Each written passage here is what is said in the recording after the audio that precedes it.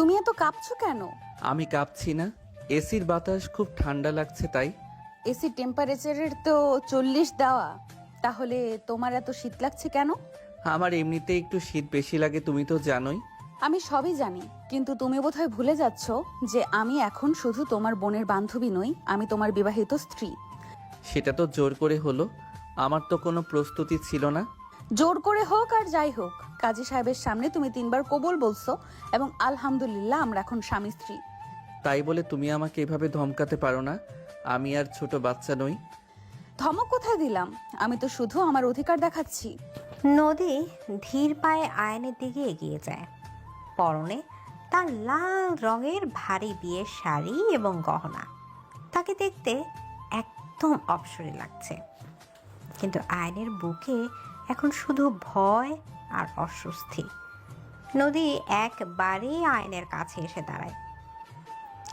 আয়ান ভয়ে 2 পা পিছিয়ে খাটের সাথে লেগে যায়। নদী তার হাত বাড়িয়ে আয়নের শার্টের কলা চেপে ধরে। আয়নের মনে হচ্ছে তার হার্টবিট এখন বাইরে থেকে শোনা যাচ্ছে। নদীর চোখে এক অদ্ভুত মাদকতা, যা আয়ান আগে কখনো দেখেনি। নদী আয়নের কলার ধরে নিজের দিকে একটু টেনে নেয়। আয়নের নিঃশ্বাস ভারী হয়ে আসে।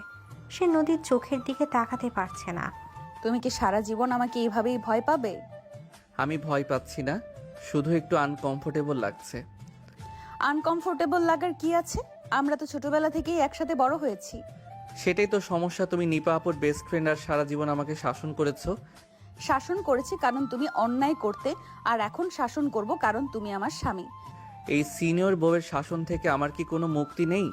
একদম না, আমি তোমাকে ছাড়ছি না। আয়নের স্মৃতি কয়েক ঘন্টা আগের ঘটনায় ফিরে যায়। আজ নদীর বিয়ের হওয়ার কথা ছিল তারেকের সাথে। পুরো বাড়ি মেহমানে ভরা ছিল। দাদু এবং দাদি স্টেজের পাশেই বসেছিলেন। আয়নের বাবা এবং নদীর বাবা তদারকি করছিলেন। শফিক এবং রিনা গেস্টদের খাবার দিচ্ছিল।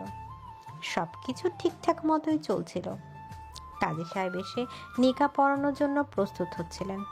ঠিক তখন তারেক এবং তার পরিবার এমন এক শর্ত জুড়ে দেয় যা শুনে সবাই অবাক হয়ে যায়। তারা নদীর বাবার কাছে ব্যবসার জন্য অনেক টাকা দাবি করে বসে।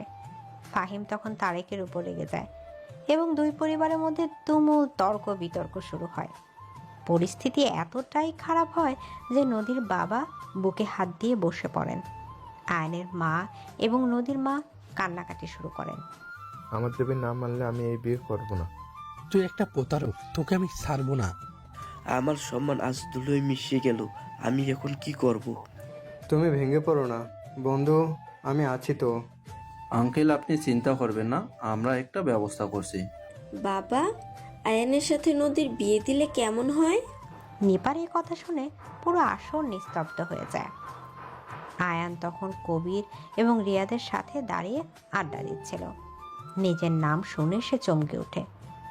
যারা তখন নিপার কোলে বসে খেলছিল। আয়ান কিছু বলার আগেই দাদু বলে ওঠেন যে এটাই সবচেয়ে ভালো সমাধান। সুমি এবং মিতা নদীকে ধরে স্টেজে নিয়ে আসে। সুমি এবং মিতা নদীকে ধরে স্টেজে বসিয়ে রাখে। নদীর মুখে কোনো কথা ছিল না, সে শুধু নিচের দিকে তাকিয়েছিল। আয়ান প্রতিবাদ করতে চেয়েছিল, কিন্তু তার বাবার রাগী চোখের দিকে তাকিয়ে সে আর কিচ্ছু বলতে পারেনি। খুব দ্রুত কাজী সাহেবকে ডেকে আনা হয়। ইসলামিক সব নিয়ম কানুন মেনে সাক্ষীদের উপস্থিতিতে বিয়ে পড়ানো হয়। আয়ানকে যখন কবুল বলতে বলা হয়, সে তখন ঘামছিল। কবির তাকে ধাক্কা দিয়ে মনে করিয়ে দেয়। আয়ান 3বার কবুল বলে। এরপর নদীর কাছে যাওয়া হয়। নদী খুব শান্ত স্বরে আলহামদুলিল্লাহ বলে 3বার কবুল উচ্চারণ করে। আমি আসলে বুঝতে পারছি না আমার কি করা উচিত। তোমার এখন চুপ করে আমার কথা শোনা উচিত। তুমি কি আমাকে সারা জীবন এভাবেই ডমিনেট করবে? ডমিনেট শব্দটা খুব ভারী। আমি শুধু তোমাকে আগলে রাখবো। আগলে রাখার নামে তো তুমি আমাকে জেলে বন্দি করে ফেলছো। ভালোবাসার জেলখানায় বন্দি থাকা অনেক ভাগ্যের ব্যাপার। এভাবে 1 ঘন্টার মধ্যে আয়নের জীবন পুরো বদলে যায়। নদী হঠাৎ করে আয়ানকে ছেড়ে দেয়। আয়ান যেন হাফ ছেড়ে বাঁচে। নদী আয়নের দিকে পেছন ফিরে ড্রেসিং টেবিলের দিকে এগিয়ে যায়। সে আয়নার সামনে দাঁড়িয়ে নিজের গহনাগুলো খুলতে শুরু করে। আয়ান মুগ্ধ হয়ে নদীর দিকে তাকিয়ে থাকে। নদীকে সে আগে অনেকবার দেখেছে, কিন্তু আজকের নদী সম্পূর্ণ অন্যরকম। লাল শাড়িতে তাকে এত সুন্দর লাগছে যে আয়ান চোখ ফেরাতে পারছে না। নদীর পিঠের দিকে তাকাতে আয়নের বুকের ভেতর কেমন যেন করে ওঠে। নদী আয়নার ভেতর দিয়ে আয়নের তাকিয়ে থাকা খেয়াল করে। সে মুচকি হাসে। এইভাবে লুকিয়ে লুকিয়ে কি দেখছো? আমি মোটেও লুকিয়ে দেখছি না। তাহলে সরাসরি দেখো। তোমার বউকে দেখার অধিকার তোমার আছে। তুমি এত কনফিডেন্ট কিভাবে থাকো আমি সেটাই ভাবি। কারণ আমি জানি আমি কি চাই আর সেটা কিভাবে পেতে হয়। তার মানে এই বিয়েটাও কি তুমি চেয়েছিলে? আয়নের এই কথা নদী হঠাৎ থমকে যায়। তার হাতের গহনা খোলা বন্ধ হয়ে যায়। সে আয়নার ভেতর দিয়ে আয়নের চোখে চোখ রাখে। নদীর চোখে এক অদ্ভুত দৃষ্টি ছিল যা আয়ন বুঝতে পারে না। নদী নিজেকে সামলে নিয়ে ঘুরে দাঁড়ায়। সে ধীর পায়ে আবার আয়নের দিকে এগিয়ে আসে। আয়ান এবার আর পেছায় না, সে স্থির হয়ে দাঁড়িয়ে থাকে। নদী আয়নের খুব কাছে এসে তার শার্টের বোতামগুলো ধরে। আয়নের মনে হয় তার চারপাশে বাতাস গরম হয়ে গেছে। কিছু কিছু প্রশ্নের উত্তর সময় মতো পাওয়া ভালো। তুমি সব সময় এমন হেয়ালি করে কথা বলো কেন? কারণ তুমি খুব বোকা, আর বোকাদের সাথে হেয়ালি করতেই ভালো লাগে। আমি বোকা নই, তুমি আমাকে ছোট ভাবো। তুমি আমার কাছে সবসময় আমার ছোট আয়ানই থাকবে। কিন্তু আমি এখন তোমার স্বামী। প্রমাণ করতে পারবে তুমি আমার স্বামী? নদীর এই সাহসী কথায় আয়ান চমকে যায়। সে নদীর দিকে তাকিয়ে থাকে। নদীর চোখে এক দুষ্টুমি ভরা হাসি। আয়ান বুঝতে পারে না তার এখন কি করা উচিত। সে জানে নদী তাকে রাগানোর জন্য এসব বলছে, কিন্তু আয়ানের ভেতরে এক অদ্ভুত জিদ কাজ করতে শুরু করে। সে প্রমাণ করতে চায় যে সে আর ছোট নেই। আয়ান হঠাৎ করে নদীর কোমরে হাত দিয়ে তাকে নিজের দিকে টেনে নেয়। নদী এই আচমকা টানে একটু অবাক হয়, কিন্তু সে বাধা দেয় না। বরং সে আয়নের বুকের উপর হাত রেখে তার চোখের দিকে তাকিয়ে থাকে। তুমি কি আমাকে চ্যালেঞ্জ করছো? তুমি তো চ্যালেঞ্জ নেওয়ার মতো সাহসী নও। সিনিয়র বউ, তুমি কিন্তু আমাকে অবমূল্যায়ন করছো। তাহলে আমাকে ভুল প্রমাণ করে দেখাও। আমি কিন্তু ছাড়বো না বলে দিলাম। আমি তো চাই তুমি আমাকে শক্ত করে ধরে রাখো। আয়ান নদীর চোখে এক অন্যরকম ভালোবাসার আভাস দেখতে পায়। এই প্রথমবার সে নদীর চোখের দিকে তাকিয়ে ভয় পায় না, বরং তার মনে হয় সে এক বিশাল সমুদ্রে ডুবে যাচ্ছে। নদীর হাতের স্পর্শ আয়নের শরীরে এক অদ্ভুত শিহরণ তৈরি করে। তারা দুজন দুজনের খুব কাছাকাছি দাঁড়িয়ে থাকে। ঘরের ভেতরে পরিবেশ খুব রোমান্টিক হয়ে ওঠে। বাইরের নিস্তব্ধতার ভেতরে ভালোবাসার উষ্ণতা মিলেমিশে এক অপূর্ব মুহূর্ত তৈরি হয়। এভাবে তাদের জীবনের এক নতুন অধ্যায় শুরু হয়। আয়ান ওঠো, সকাল হয়ে গেছে, অনেক বেলা হলো তো। আর একটু ঘুমাতে দাও নদী আপু, কাল রাতে একদম ঘুম হয়নি। আবার নদী আপু বলছো কেন? ভুলে গেলে আমরা এখন স্বামী স্ত্রী? এখন থেকে আমাকে নাম ধরে ডাকবে, অথবা অন্য কিছু। এত বছরের অভ্যাস কি একদিনে পাল্টানো যায়? তুমি তো বড় বোনের মতো শাসন করতে, এখন হুট করে অন্য কিছু ডাকতে জিভ জড়িয়ে আসে। জীব জড়িয়ে আসুক আর যাই হোক, আজ থেকে আমাকে আপু বলে ডাকলে কপালে দুঃখ আছে। মনে রেখো আমি কিন্তু তোমার অনেক সিনিয়র। এই তো আবার শুরু করলে তোমার এই সিনিয়রগিরি দেখানোর স্বভাবটা। আর গেল না, মানুষ বউয়ের সাথে রোমান্টিক কথা বলে, আর আমার কপালে জুটছে ধমক। ধমক দিচ্ছি কারণ তুমি এখনো আলসেমি করে বিছানায় পড়ে আছো। নিচে সবাই আমাদের জন্য অপেক্ষা করছে। দাদি আর আম্মা অনেকবার লোক পাঠিয়েছে। উফ, সকালে উঠে এক গাদা মানুষের সামনে যাওয়া খুব অস্বস্তিকর। দীপা আপু নিশ্চয়ই আমাকে নিয়ে হাসাহাসি করবে। নিপা তো হাসবেই, কারণ সে জানে তুমি আমাকে কতটা ভয় পাও। এখন তাড়াতাড়ি বাথরুমে যাও, ফ্রেশ হয়ে নাও, আমি তোমার পাঞ্জাবি বের করে রাখছি। আয়ান অনিচ্ছা সত্ত্বেও বিছানা ছেড়ে উঠে সে নদীর দিকে এক পলক তাকায়। নদী তখন আলমারি থেকে নীল রঙের একটা পাঞ্জাবি বের করছে। সূর্যের আলো নদীর মুখে পড়ে, এক অদ্ভুত আভা তৈরি করেছে। আয়নের মনে হচ্ছে নদীকে সে অনেকদিন ধরে চিনলেও আজ যেন একদম নতুন লাগছে। বাথরুমে যাওয়ার সময় আয়ন বারবার নদীর দিকে তাকাচ্ছিল। নদী সেটা খেয়াল করে, মনে মনে হাসে। আয়ান ফ্রেশ হয়ে বের হওয়ার পর নদী তাকে পাঞ্জাবিটা এগিয়ে দেয়। আয়ান চুপচাপ পাঞ্জাবি পরে আয়নার সামনে দাঁড়ায়। তোমাকে নীল রঙে খুব সুন্দর লাগছে আয়ান, একদম রাজপুত্রের মতো লাগছে। প্রশংসা করার জন্য ধন্যবাদ, কিন্তু তুমি এভাবে তাকালে আমার লজ্জা লাগে। লজ্জাবতী লতা হওয়ার দরকার নেই।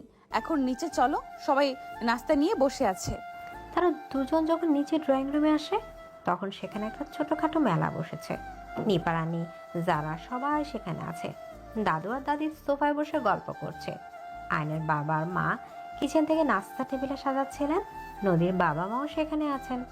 সবাই তাদের দেখে একসাথে চুপ হয়ে যায়। তারপর নিপা একগাল হাসি নিয়ে এগিয়ে আসে। কি রে আয়ান, সারা রাত কি শুধু ভয় পেয়েই কাটলো নাকি রোমান্স কিছু হলো? আপু, তুমি কিন্তু সীমা ছাড়িয়ে যাচ্ছ। আমি বড় হয়েছি, এখন আমার বিয়ে হয়েছে, সেটা মাথায় রেখো। বড় হয়েছিস তো কি হয়েছে, নদী তো এখনো তোর বড়, তাই না? নদী, তুই কি আজ সকালেও ওকে বকা দিয়েছিস? না, আজ বেশি বকিনি, শুধু একবার ঘুম থেকে ডেকে দিয়েছি। আয়ান তো একদম কুম্ভকর্ণের মতো ঘুমায়। শোনো আয়ান, নদীর মতো মেয়ে পাওয়া ভাগ্যের ব্যাপার। ও যেমন সুন্দরী তেমন বুদ্ধিমতী। ওকে সামলে রাখা কিন্তু কঠিন কাজ।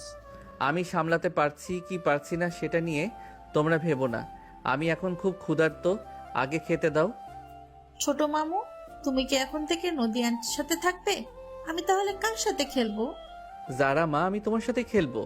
নদী আন্টি তো আমাদের বাড়িতেই থাকবে এখন। তোমরা সবাই মিলে ছেলেটাকে একদম নাজেহাল করে দিচ্ছ। এসো আয়ান আর নদী, এখানে আমার পাশে বসো। আজ তোমাদের বিয়ের পরের প্রথম সকাল, সবাই খুব আনন্দ করো। সবাই মিলে নাস্তা করতে বসে টেবিলে। অনেক পদের খাবার সাজানো। রিনা আর শফিক নাস্তা পরিবেশন করছে। কবির আর রিয়াদও তখন বাড়িতে চলে আসে। তারা আয়নের বন্ধু হওয়াতে এই বিয়ে নিয়ে সবচেয়ে বেশি মজায় আছে। নাস্তা শেষ করে সবাই যখন ড্রয়িং রুমে বসে আড্ডা দিচ্ছে তখন কবির আয়ানকে একপাশে টেনে নিয়ে যায়। বন্ধু, সত্যি করে বলতো, কাল রাতে কি কিছু হয়েছে নাকি? তুই শুধু নদীর পা টিপে দিয়েছিস। ফালতু কথা বলিস না তো। তোরা জানিস নদী আপুকে আমি কতটা সম্মান করি আর ভয় পাই। সেখানে ওসব ভাবার সময় ছিল না।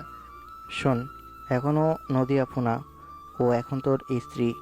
একটু পুরুষত্ব দেখাও, নইলে সারা জীবন ওর পায়ের নিচে থাকতে হবে। তোরা বুঝবি না, ও যখন বড় বড় চোখ করে তাকায় তখন আমার সব বুদ্ধি লোপ পায়। তোমরা বন্ধুরা মিলে কোনায় দাঁড়িয়ে কি ফুসুর ফুসুর করছো আমার নামে? কোনো ষড়যন্ত্র করছো না তো? আরে না ভাবি, আমরা তো আয়ানকে বলছিলাম ও কত ভাগ্যবান, আপনার মতো একজন সিনিয়র বউ পেয়েছে যে ওকে সবসময় গাইড করবে। গাইড তো করবই, কারণ আয়ান এখনো অনেক কাঁচা। ওকে মানুষ করতে আমার অনেক পরিশ্রম হবে। নদীর কথা শুনে সবাই হেসে ওঠে। আয়ান লজ্জায় মুখ নিচু করে ফেলে। সে সেখান থেকে বাজার জন্য বাগানের দিকে চলে যায়। বাগানটা খুব সুন্দর করে সাজানো। আয়ান একটা বেঞ্চে গিয়ে বসে। রানা তখন সে সেখানে আসে। রানা নিপার স্বামী এবং আয়ানের খুব কাছের বড় ভাই। কি হে নতুন জামাই, একা একা এখানে কেন বসে আছো? নদী কি বেশি শাসন করে ফেলেছে? রানা ভাই, আমি বুঝতে পারছি না জীবনটা হঠাৎ করে এমন কেন হয়ে গেল। কাল পর্যন্ত নদী আপু ছিল আমার বোনের ফ্রেন্ড, আর আজ সে আমার ঘরে। দেখ আয়ান, আল্লাহ যা করেন ভালোর জন্যই করেন। নদী অনেক ভালো মেয়ে, ও তোকে সত্যি অনেক কেয়ার করে। তুই শুধু ওর মনের ভাষা বোঝার চেষ্টা কর। ওর মনের ভাষা বোঝা মহাকাশ বিজ্ঞানের চেয়েও কঠিন। ও সারাক্ষণ আদেশ দেয় আর আমি সেটা পালন করি। আয়ান আর রানা যখন কথা বলছিল তখন ফাহিম সেখানে বসে। ফাহিম নদীর কাজিন এবং এই বিয়ে হওয়ার পেছনে তার বড় ভূমিকা ছিল। ফাহিমের মুখে এক রহস্যময় হাসি। আয়ান ফাহিমকে দেখে একটু নড়ে চড়ে বসেন। কিরে আয়ান, জীবনটা কেমন চলছে? বড় বউ পেয়ে খুব খুশি তো? খুশি না হওয়ার তো কিছু নেই, তবে সবকিছু এত তাড়াহুড়ো করে হলো যে মানিয়ে নিতে সময় লাগছে। সময় তো লাগবেই, তবে তুই যদি জানতি এই বিয়ের পিছনে কতটা ঘটনা আছে তাহলে তুই অবাক হয়ে যাইতিস। কি বলতে চাচ্ছিস তুই? পরিষ্কার করে বলতো। এখন বলার সময় হয়নি, সবকিছু সময় মতো জানতে পারবি। আপাতত সংসার উপভোগ কর। এদিকে ফাহিম কথা শেষ করে চলে যায়। আয়ান গভীর চিন্তায় ডুবে যায়। ফাহিমের কথাগুলো তার মাথায় ঘুরতে থাকে। কিছু একটা যে লুকিয়ে আছে সেটা সে আঁচ করতে পারছে, কিন্তু সেটা কি তা সে জানে না। এমন সময় সুমি আর মিতা নদীকে নিয়ে বাগানে আসে। তার নদীর খুব ঘনিষ্ঠ বন্ধু। কিরে নদী, আয়নকে তো দেখছি একদম কাবু করে ফেলেছিস। বেচারা একলা বসে কি যেন ভাবছে। আয়ন একটু ভাবুক, প্রকৃতির ওকে একটু সময় দিতে হবে। হুট করে বিয়েটা মেনে নেওয়া ওর জন্য কঠিন ছিল। তোরা যখন আয়ানকে নিয়ে বাসর ঘরে ঢুকলি তখন আমরা হাসতে হাসতে শেষ। আয়ানের চেহারাটা ছিল দেখার মতো, মনে হচ্ছিল ও জেলখানায় যাচ্ছে। তোরা আয়ানকে নিয়ে মজা করবি না, আমি ওর পাশে আছি আর ওকে খুব ভালো করে চিনি। খুব সহজ সরল একটা ছেলে। নদী বন্ধুদের সাথে কথা বলতে বলতে আয়নের দিকে আর চোখে তাকাতে থাকে। আয়ান সেটা খেয়াল করে। নদী যখন আয়নের দিকে তাকায় তখন তার চোখ এক অপলক ভালোবাসা ভেসে ওঠে, যেটা আয়ান এখনো আবিষ্কার করতে পারেনি। আয়ান মনে করে নদী তাকে শুধু শাসনই করে, কিন্তু এই শাসনের গভীরে যে নদী নিজেকে বিলিয়ে দেওয়ার অপেক্ষায় আছে সেটা আয়ান বুঝতে অনেক দেরি করে ফেলে। বিকেল গড়াতে শুরু করে, বাড়িতে মেহমানদের আনাগোনা কমতে থাকে। আয়নের বাবা মা নদীর বাবার সাথে বিদায় পর্ব নিয়ে কথা বলছেন। ইসলামিক নিয়ম অনুযায়ী বিদায় অনুষ্ঠান হবে এবং নদী এখন থেকেই পুরোপুরি এই বাড়ির অংশ। বন্ধু, চিন্তা করো না, নদী আমার নিজের মেয়ের মতো। নিপার চেয়েও আমি ওকে বেশি ভালোবাসি। আমি জানি আপনি ওকে আগলে রাখবেন। নদীমা, তুই খুব ভাগ্যবতী, এমন একটা পরিবার পেয়েছিস। আয়ান বাবা, নদী একটু জেদি, ওকে একটু মানিয়ে নিস। ও বড় হলেও মনের দিক থেকে খুব নরম। আপনারা চিন্তা করবেন না, আমি ওকে দেখে রাখবো। যদিও ও আমাকে শাসন করে, কিন্তু আমি কথা দিচ্ছি ওকে কোনো কষ্ট পেতে দেব না। নদীর বাবা মা যখন বিদায় নিয়ে চলে যান তখন নদীর চোখের কোণে জল চিকচিক করছিল। সে তার দাদু জড়িয়ে ধরে কাঁদতে থাকে। দাদু নদীকে সান্ত্বনা দেন। নিপা আর রানা তখন নদীকে নিয়ে রুমে দিয়ে আসে। আয়ান দরজার কাছে দাঁড়িয়ে দেখছিল। যারা তখন তার হাতে টেনে ধরে। ছোট মামু, তুমি কি বড় মামিকে কাঁদিয়েছ নাকি? না যারা মা, বড় মামি একা একা কাঁদছে, আমি তো কিছু করিনি। তাহলে তুমি যাও, গিয়ে মামিকে একটা চকলেট দাও। আম্মু বলেছে চকলেট দিলে মন ভালো হয়ে যায়। আয়ান মুচকি হেসে যারার মাথায় হাত বুলিয়ে দেয়। সে ধীর পায়ে ঘরের ভেতরে ঢোকে। নদী তখন খাটের এক পাশে বসে চোখ মুছছিল। আয়ান নদীর পাশে গিয়ে বসে। সে নদীর কাঁধে হাত রাখতে গিয়েও ইতস্তত করে। নদী আয়নের দিকে তাকায়।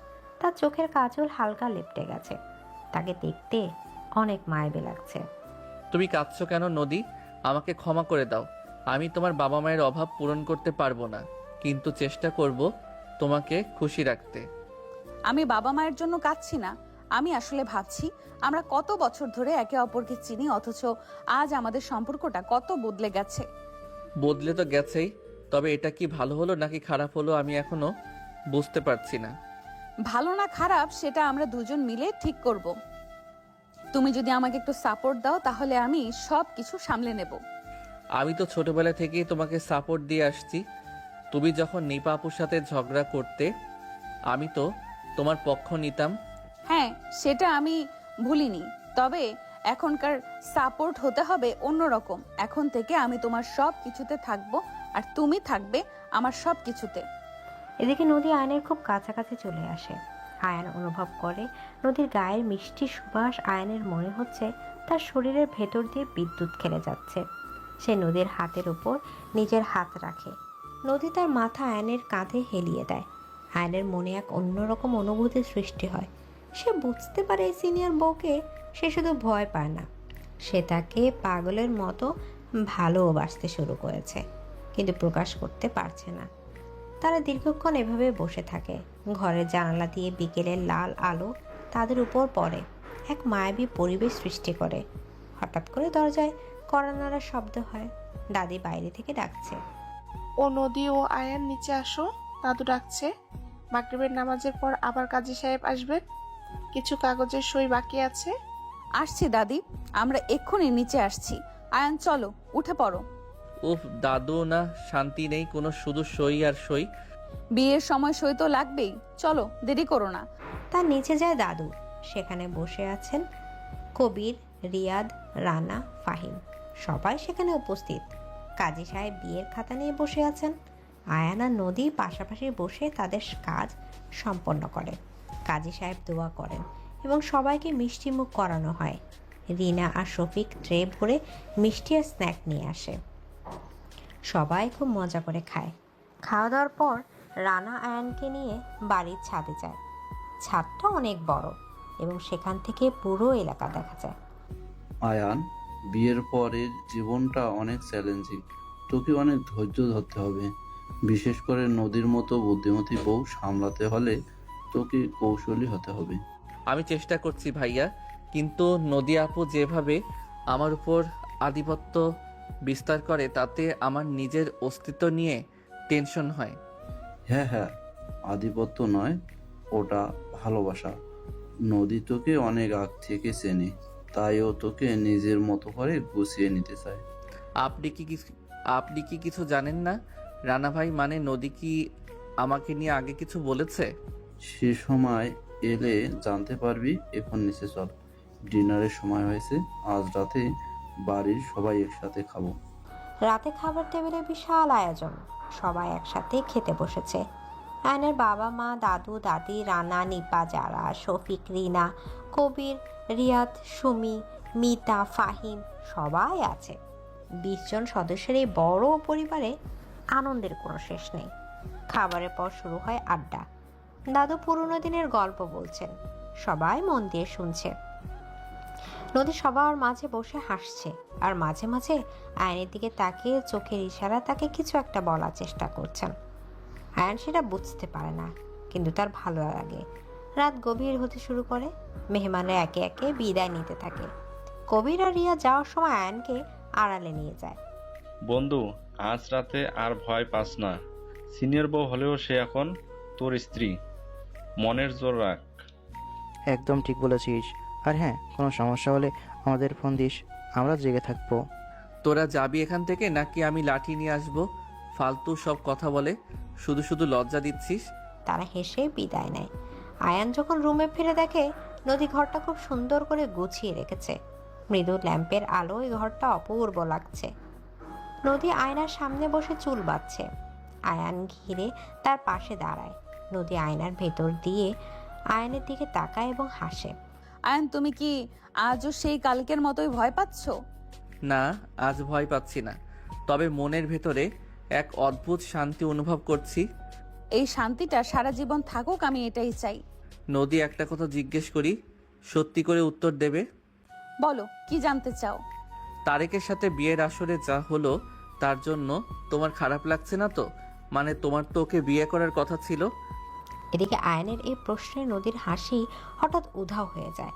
সে আয়নের দিকে ঘুরে দাঁড়ায়। নদীর চোখে এক রহস্যময় ছায়া খেলে যায়। সে আয়নের খুব কাছে আসে এবং তার 2 কাঁধে হাত রাখে। নদী আয়নের চোখের গভীরে তাকায়। আয়নের মনে হচ্ছিল নদী তার মনের সব কথা পড়ে ফেলছে। তারেক কে ছিল আমার জীবনে সেটা বড় কথা নয়, আমার জীবনে এখন তুমি আছো, এটাই একমাত্র সত্য। আর তারেকও ওই ঘটনা না ঘটলে কি আমি তোমাকে এভাবে পেতাম? তোমার কথাগুলো কেমন যেন রহস্যজনক মনে হচ্ছে। তুমি কি সব জানো? আমি অনেক কিছুই জানি যা তুমি জানো না আয়ান, তবে আজ সেসব কথা থাক।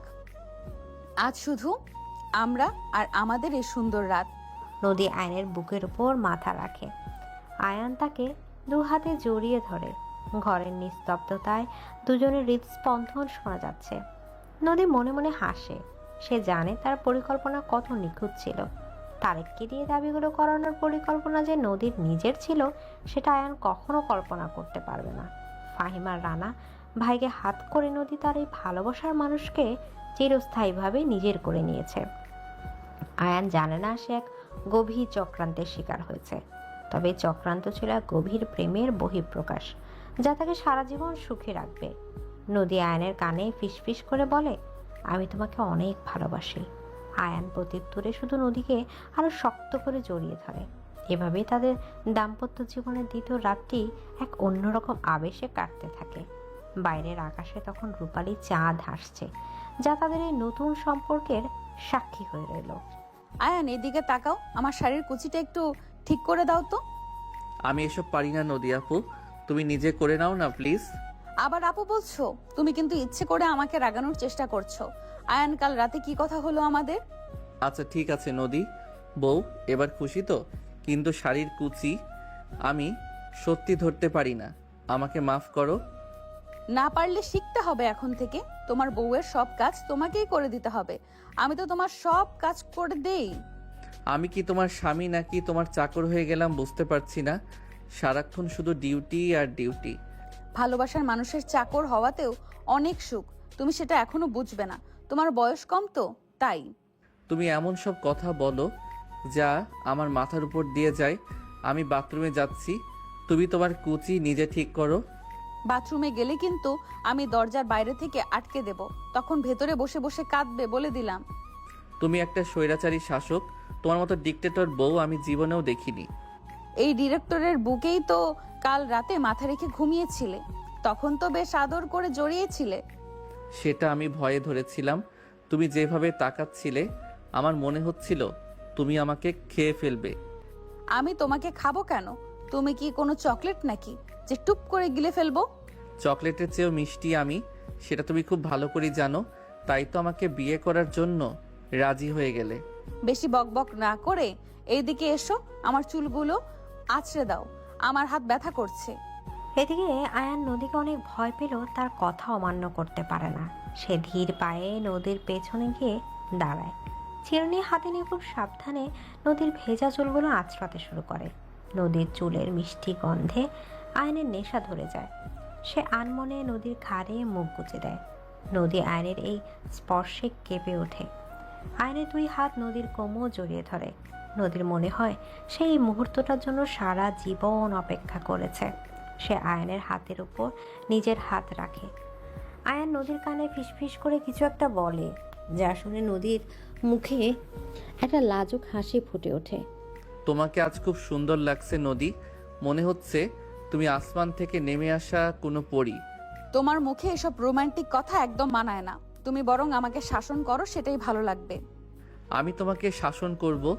আমার কি এত সাহস আছে যে তোমাকে ধমক দেব? তুমি তো উল্টো আমাকে পেটাবে। আমি তোমাকে কবে পেটালাম? তুমি শুধু শুধু আমার নামে বদনাম করো। নিচে চলো, সবাই অপেক্ষা করছে। নিচে যেতে আমার খুব লজ্জা লাগে, সবাই এমনভাবে তাকায় যেন আমি চিড়িয়াখানার কোনো নতুন প্রাণী। কেউ আসবে না, তুমি আমার হাত ধরে শক্ত করে সিঁড়ি দিয়ে নামবে, কেউ কিছু বললে আমি উত্তর দিব। আয়ন আর নদী হাত ধরাধরি করে নিচে নামে। ড্রয়িং রুমে সবাই গোল হয়ে বসে আড্ডা দিচ্ছে। আয়ানকে এভাবে নদীর হাত ধরে নামতে দেখে সবাই মুচকি হাসে। নিপা সবার আগে কথা বলে ওঠে। কি রে আয়ান, তুই তো দেখি বউয়ের আঁচলে বাধা পড়ে গেলি এত জলদি। কে জানতো তুই এমন বউ পাগল হবি? তুমি চুপ করো তো আপু, বউ পাগল হব কেন? ও তো জোর করে আমার হাত ধরে আছে। আমি মোটেও জোর করিনি, তুমিই তো ভয়ে আমার হাত শক্ত করে ধরেছিলে, এখন আবার মিথ্যে বলছো।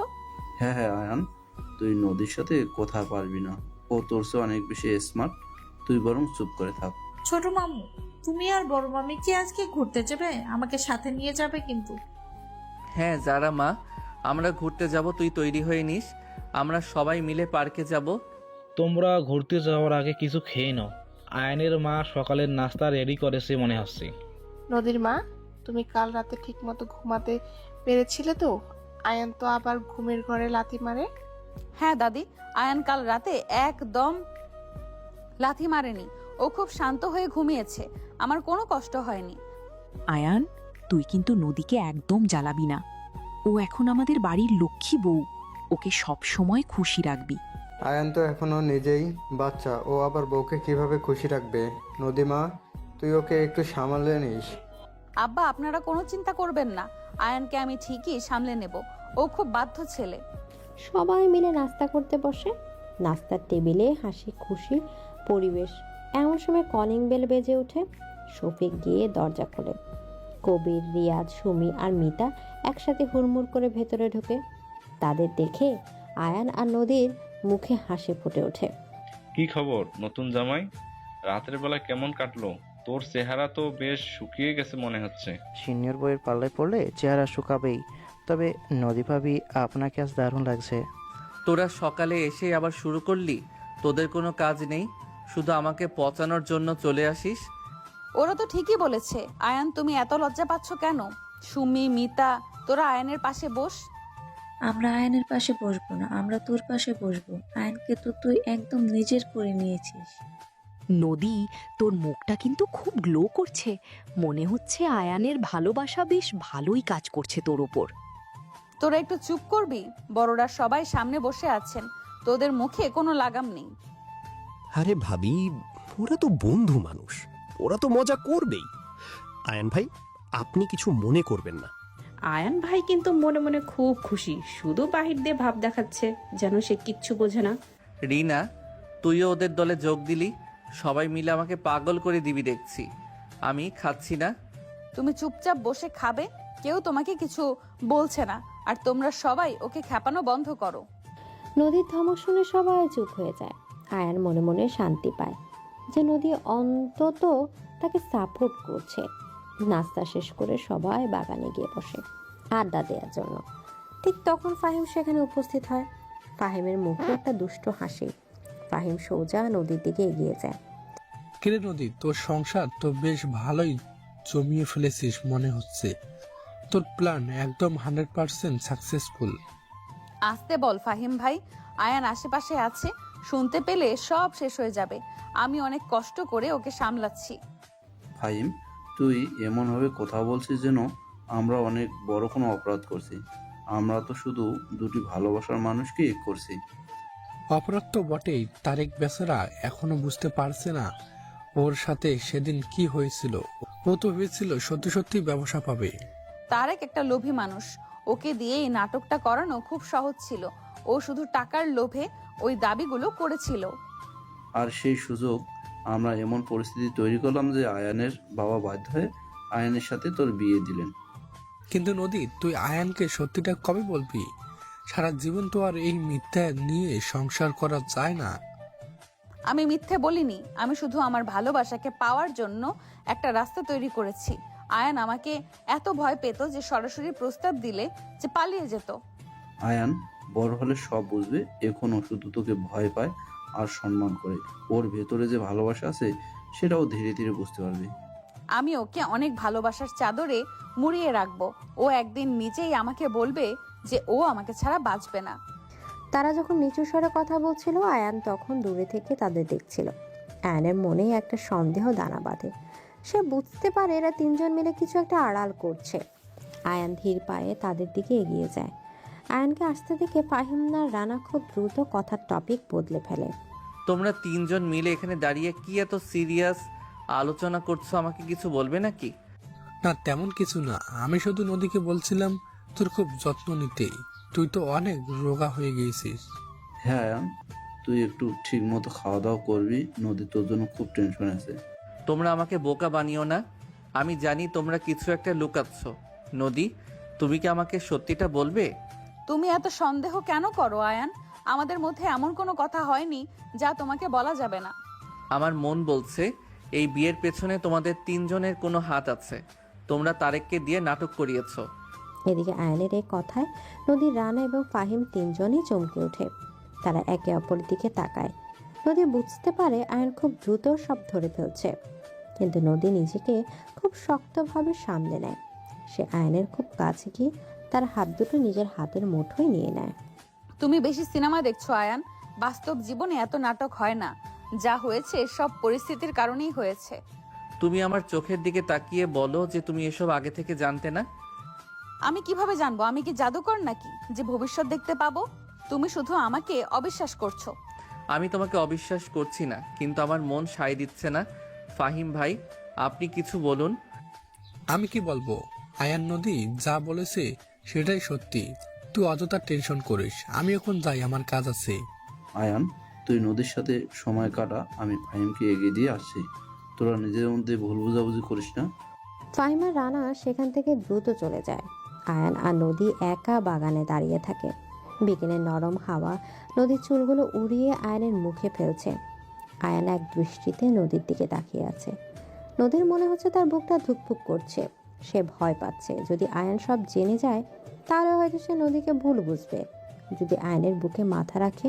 আয়ান, তুমি কি আমাকে ভালোবাসো না? তুমি কেন সব সময় আমাকে প্রশ্ন করো? আমি তোমাকে ভালোবাসি নদী, কিন্তু আমি চাই আমাদের সম্পর্কের মধ্যে কোনো অন্ধকার না থাকুক। কোনো অন্ধকার নেই আয়ান, সব আলো। শুধু তুমি আমাকে একটু বিশ্বাস করো, আমি তোমার কোনো ক্ষতি হতে দেব না। আমি তোমাকে বিশ্বাস করি, কিন্তু তুমি যদি কখনো আমাকে ধোঁকা দাও আমি কিন্তু মরে যাব। এমন কথা মুখেও আনবে না। আমি তোমার জন্য আমার জীবন দিয়ে দিতে পারি, তুমি শুধু আমাকে আগলে রেখো। আয়ান নদীকে শক্ত করে জড়িয়ে ধরে তার সব সন্দেহ যেন নিমেষেই বাতাসে মিলিয়ে যায়। নদীর শরীরের উষ্ণতায় আয়ান নিজের সব কষ্ট ভুলে যায়। সে বুঝতে পারে নদী তাকে সত্যিই অনেক ভালোবাসে। সন্ধ্যা নেমে আসে, চারদিক অন্ধকার হয়ে যায়। তারা দুজন হাত ধরে ঘরের দিকে ফিরে আসে। রাতে আবার সবাই একসাথে খেতে বসে। নদীর মা ফোন করেন। নদী ভিডিও কলে সবার সাথে কথা বলে, আয়ানও কথা বলে। আয়ান বাবা, নদী তোমাকে খুব জ্বালাচ্ছে না তো? ও ছোটবেলা থেকেই খুব জেদি। না মা, নদী খুব ভালো, ও আমাকে অনেক খেয়াল রাখে, আপনারা কোনো চিন্তা করবেন না। আমরা জানি তুমি নদীকে খুব সুখে রাখবে। তোমরা দুজন কাল একবার আমাদের বাড়িতে এসো। হ্যাঁ আব্বা, আমরা কাল সকালে যাব। আপনি আমার জন্য আপনার হাতের স্পেশাল পায়েসটা বানিয়ে রাখবেন। বিআই সাহেব, আপনারা কিন্তু কাল নদীকে আটকে রাখবেন না। ও আমাদের বাড়ির প্রাণ, ওকে ছাড়া আমাদের একদিনও চলবে না। আরে না বিয়ে সাহেব, ও তো এখন আপনাদেরই মেয়ে। আমরা শুধু একদিনের জন্য ওকে দেখতে চাই। এদিকে খাওয়া দাওয়া শেষে সবাই যার যার ঘরে চলে যায়। আয়ান আর নদী তাদের ঘরে ঢুকে। ঘরটা আজ আরো সুন্দর করে গোছানো, বিছানায় কিছু গোলাপের পাপড়ি ছড়ানো। নদী দরজাটা বন্ধ করে দেয়। আয়ান খাটের একপাশে বসে পড়ে। নদী ধীর পায়ে আয়নের দিকে এগিয়ে যায়। সে আজ একটা কালো রঙের খুব সুন্দর শাড়ি পরেছে। তার উন্মুক্ত কোমর আর গভীর চোখের চাহনি আয়নের বুকে ঝড় তোলে। নদী, তুমি দরজা বন্ধ করলে কেন? আমার কেমন যেন দম বন্ধ লাগছে। দম বন্ধ লাগছে কেন? তুমি কি আমাকে এখনো ভয় পাচ্ছ? তুমি তো আজ সকালে বেশ সাহস দেখাচ্ছিলে। সকালে সাহস দেখিয়েছিলাম কারণ তখন চারদিকে আলো ছিল, এখন রাত, তাই আমার আবার ভয় লাগছে। রাতের ভয় পাওয়ার কিছুই নেই আয়ান। রাত তো ভালোবাসার জন্য তৈরি হয়েছে। তুমি শুধু আমাকে একটু জায়গা দাও। আমি তো তোমাকে আমার পুরো পৃথিবী দিয়ে দিয়েছি, আর কি জায়গা দেব? আমি তোমার পৃথিবীর রানী হতে চাই। আয়ান, আমাকে তোমার খুব কাছে টেনে নাও। এদিকে নদী আয়নের হাঁটুর উপর বসে পড়ে। সে তার দুই হাত দিয়ে আয়নের গলা জড়িয়ে ধরে। আয়ান নদীর এই আকস্মিক পদক্ষেপে চমকে উঠলেও সে নদীকে বাধা দেয় না। সে অনুভব করে নদীর ভারী নিঃশ্বাস তার ঘাড়ে পড়েছে। নদীর শাড়ির আঁচল খসে পড়ে যায়। আয়নের চোখ বন্ধ হয়ে আসে। সে নিজের অজান্তেই নদীর উন্মুক্ত পিঠে হাত রাখে। নদী আয়নের ঠোঁটে খুব কাছে নিজের ঠোঁট নিয়ে আসে। তাদের নিঃশ্বাস এক হয়ে যায়। আয়ান, আমাকে আদর করো। আমি আজ তোমার সব ভয় ভেঙে দিতে চাই। আমি যদি নিজেকে সামলাতে না পারি তাহলে কি হবে নদী? তুমি কি আমাকে ক্ষমা করবে? আমি তো চাই তুমি নিজেকে হারিয়ে ফেলো। তুমি আমার স্বামী, আমি তোমার সবটুকু অধিকার মেনে নেব। তুমি সত্যি এক মায়াবী জাদুকর নদী, তুমি আমাকে পাগল করে দিচ্ছ। তুমি পাগল হলেই আমি সবচেয়ে বেশি খুশি হব। এখন চুপ করে আমাকে অনুভব করো। এদিকে আয়ান আর কোনো কথাই বলে না। সে নদীকে দু হাতে তুলে বিছানায় শুয়ে দেয়। নদীর চোখে এক অদ্ভুত আকাঙ্ক্ষা। আয়ান নদীর শাড়ির কুচিতে হাত দেয়। নদী চোখ বন্ধ করে আয়ানের স্পর্শ গ্রহণ করে। ঘরের ভেতরের আলো একদম ম্লান হয়ে যায়। শুধু চাঁদের আলো এসে তাদের উপর পড়ে। আয়ান নদীর শরীরের প্রতিটি ভাঁজে নিজের ভালোবাসার ছাপ রাখতে শুরু করে। নদী ব্যথায় এবং সুখে আয়নের পিঠ খামচে ধরে। তাদের দুজনের শরীর এক অদ্ভুত ছন্দে মেতে ওঠে। রাতের নিস্তব্ধতায় শুধু তাদের ভারী নিঃশ্বাস আর ভালোবাসার শব্দ শোনা যায়। আয়ান আজ তার সব ভয় আর সংকোচ ভেঙে নদীর পুরোপুরি স্বামী হয়ে ওঠে।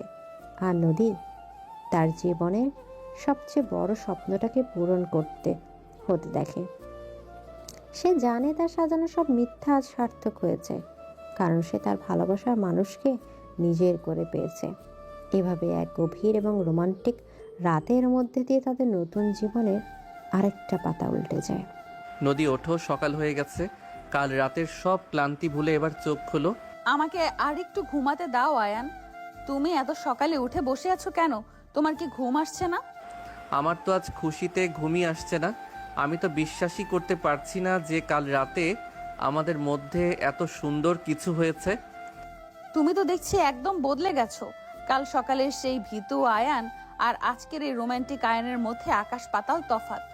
তুমি তো আমাকে বদলে দিলে। তোমার ওই মায়াবী চোখের দিকে তাকিয়ে আমি আমার সব ভয় ভুলে গেছি। তাই নাকি?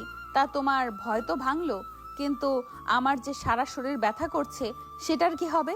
তুমি তো কাল রাতে একদম পাগল হয়ে গিয়েছিলে। আমি তো আগেই বলেছিলাম নিজেকে সামলাতে পারবো না। তুমি তো আমাকে অধিকার দিলে, এখন আমাকে দোষ দিচ্ছ। দোষ দিচ্ছি না, শুধু বলছি আমার এই ছোট বরটা যে এতটা বন্য হতে পারে সেটা আমার ধারণার বাইরে ছিল।